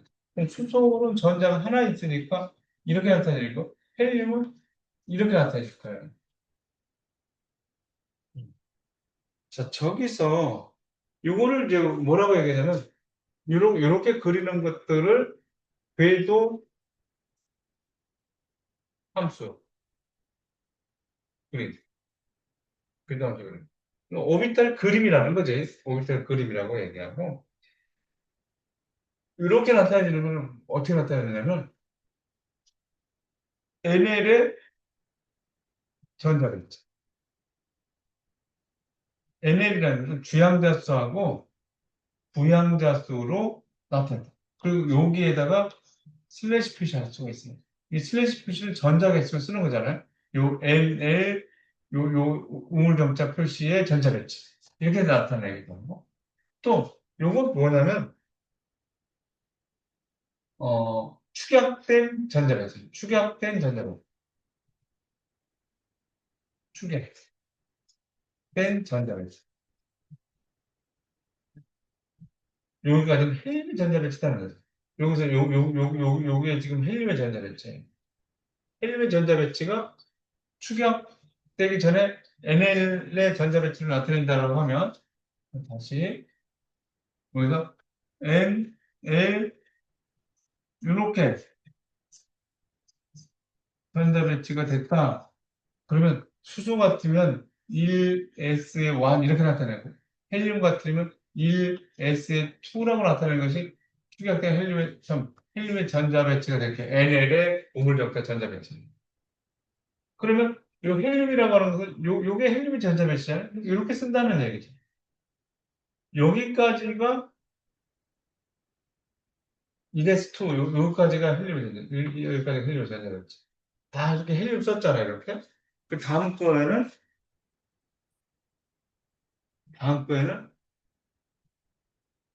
10개 들어있는 것이 여기 네온의 전자배치. 네온의 전자배치니까 네온. 뜨고 3S1. 여기까지 네온의 전자배치니까 3S2. 이렇게 된 것이 이제 축약된 전자배치라고 한다. 이런 얘기예요. 다시 넘어가 볼게요. 자, 그러면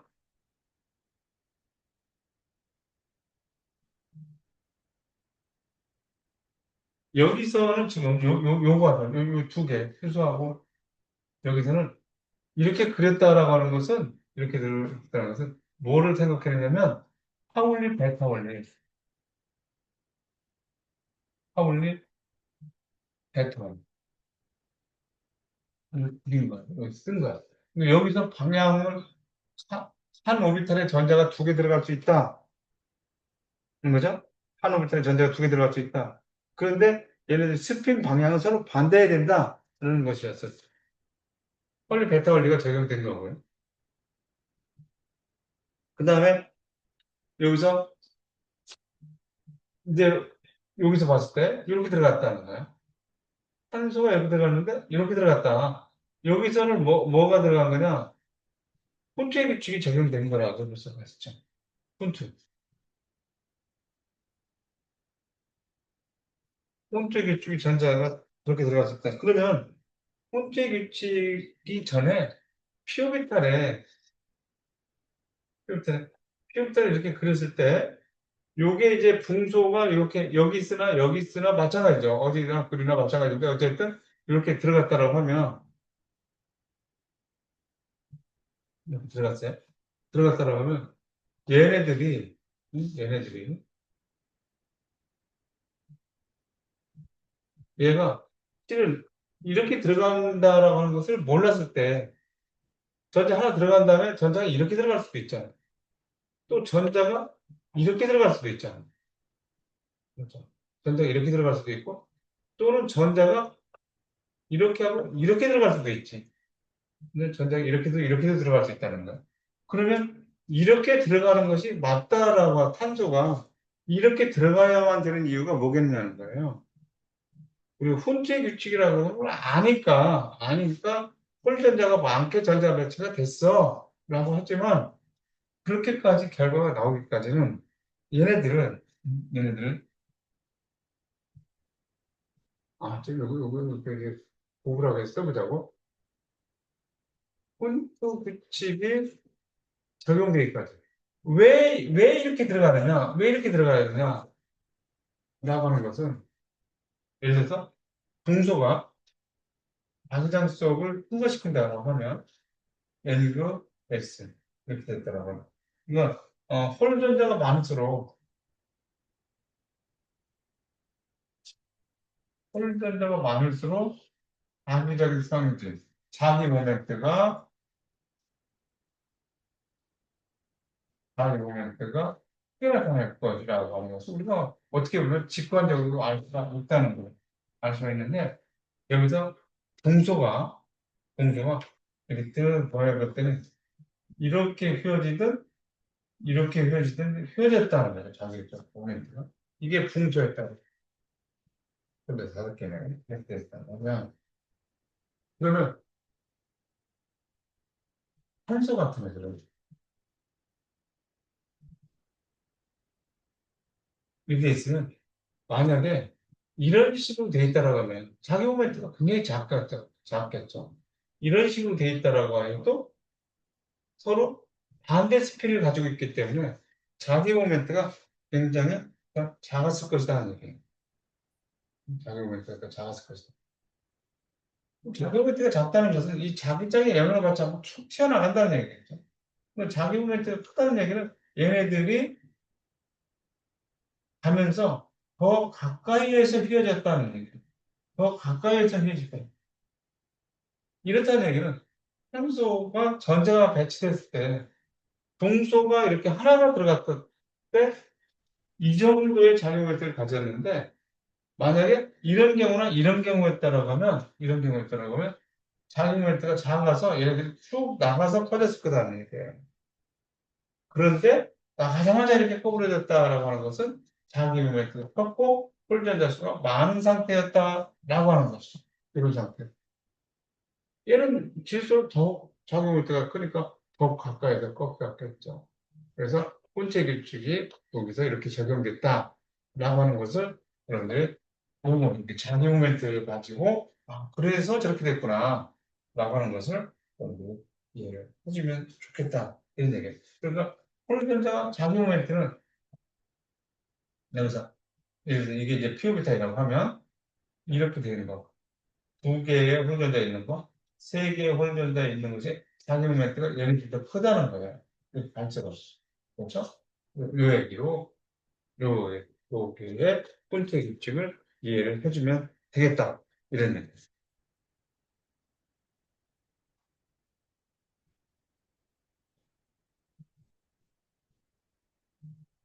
그래서, 이렇게 되면, 우리가 이렇게 나타내는 것들을 SPDF 표기법이라고도 하더라는 얘기다. SPDF 표기법이라고도 하더라. 이렇게 여러분들이 전자배치를 이해하면 되겠습니다. 이렇게 해서 전자배치 정도, 전자배치를 나타내고 하는 데 있어서 여러분들이 여러 가지 이렇게 이해할 수 있으면 좋겠다.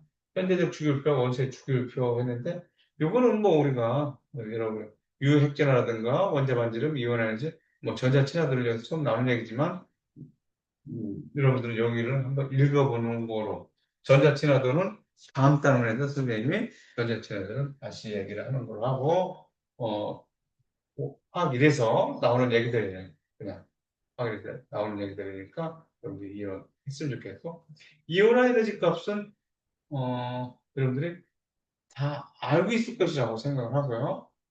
이런 것들. 그래, 그런 거 있죠. 순차적 이온 에너지.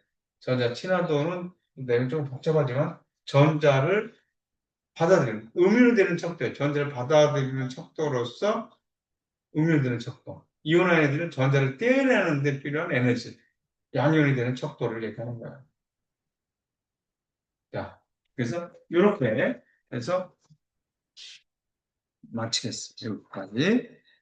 이게 이제 원자 오비탈을 지금 우리가 2시간에 걸쳐서 했는데요. 이 부분이 좀 여러분들이 조금 좀 내용이 좀 어려워서 선생님이 2시간 걸쳐서 얘기했고요. 이제 여러분들 어, 어떻게 할까 지금 21명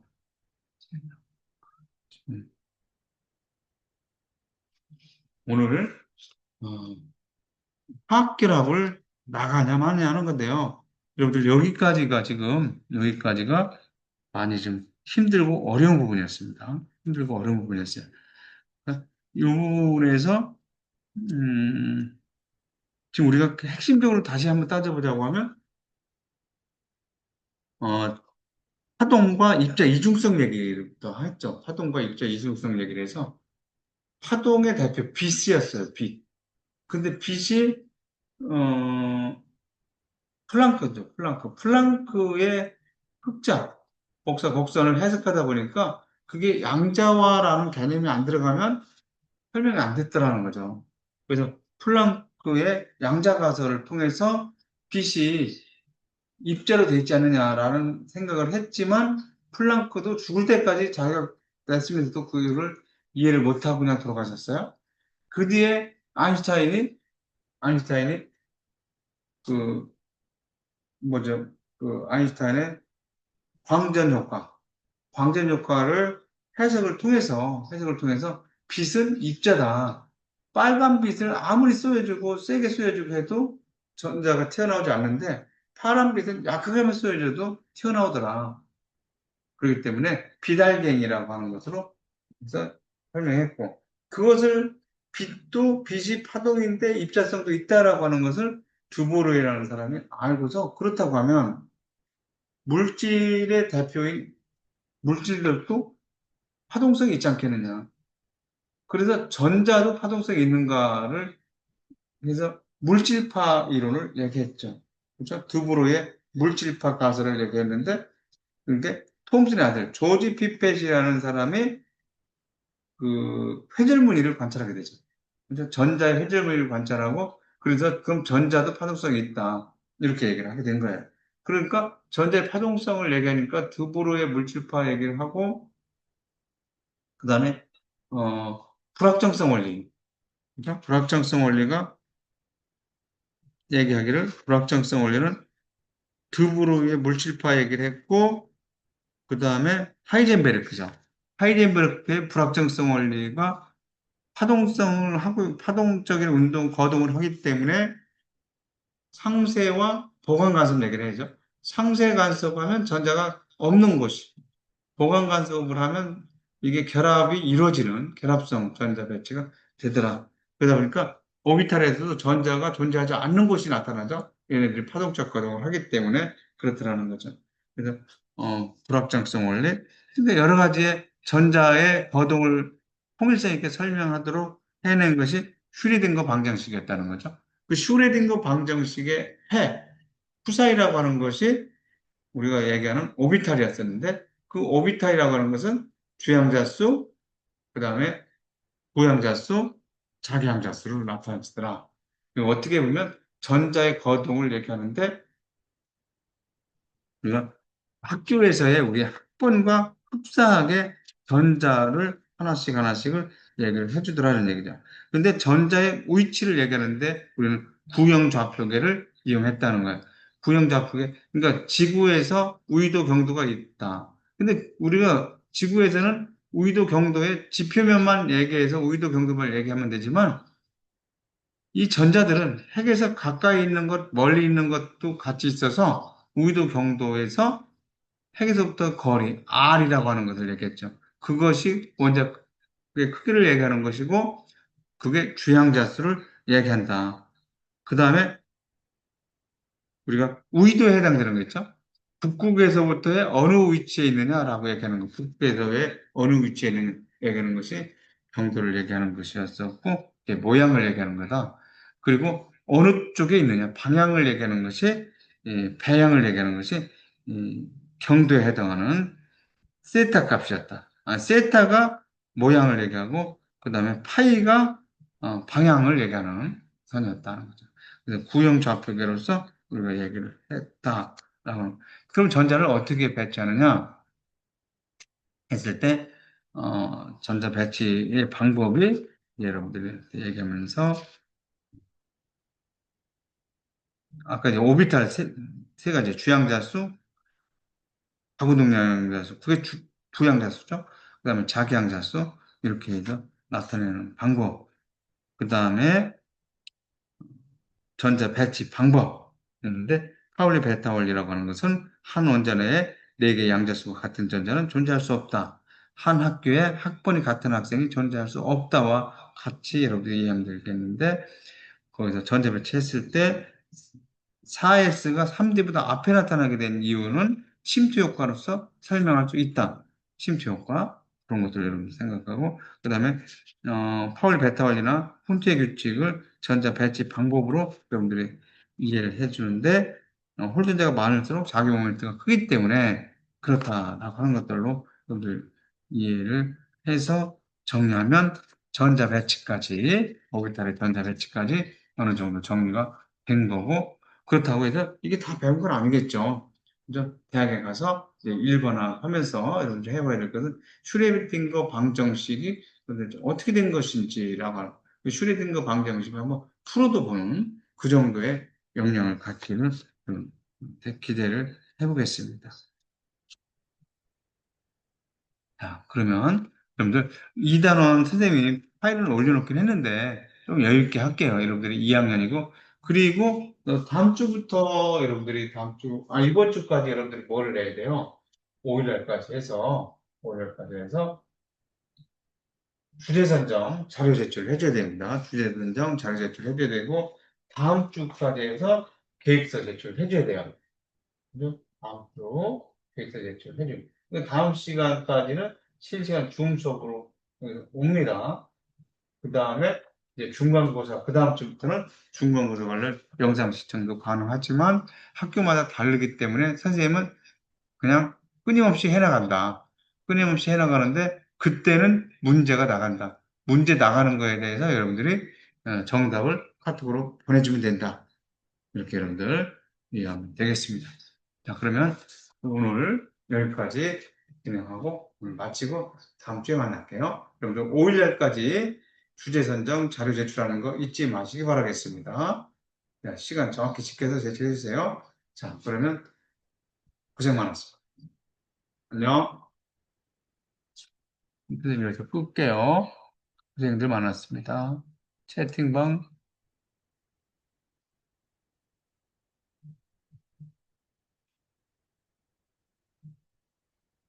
어, 선생님 목소리가 안 들렸나요?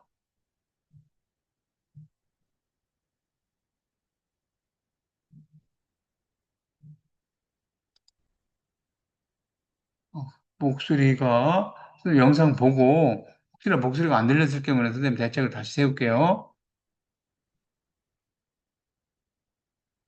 네, 일단 끄겠습니다. 목소리 녹화가 된 것 같은데 영상 보고 해결해 주시기 바라겠습니다.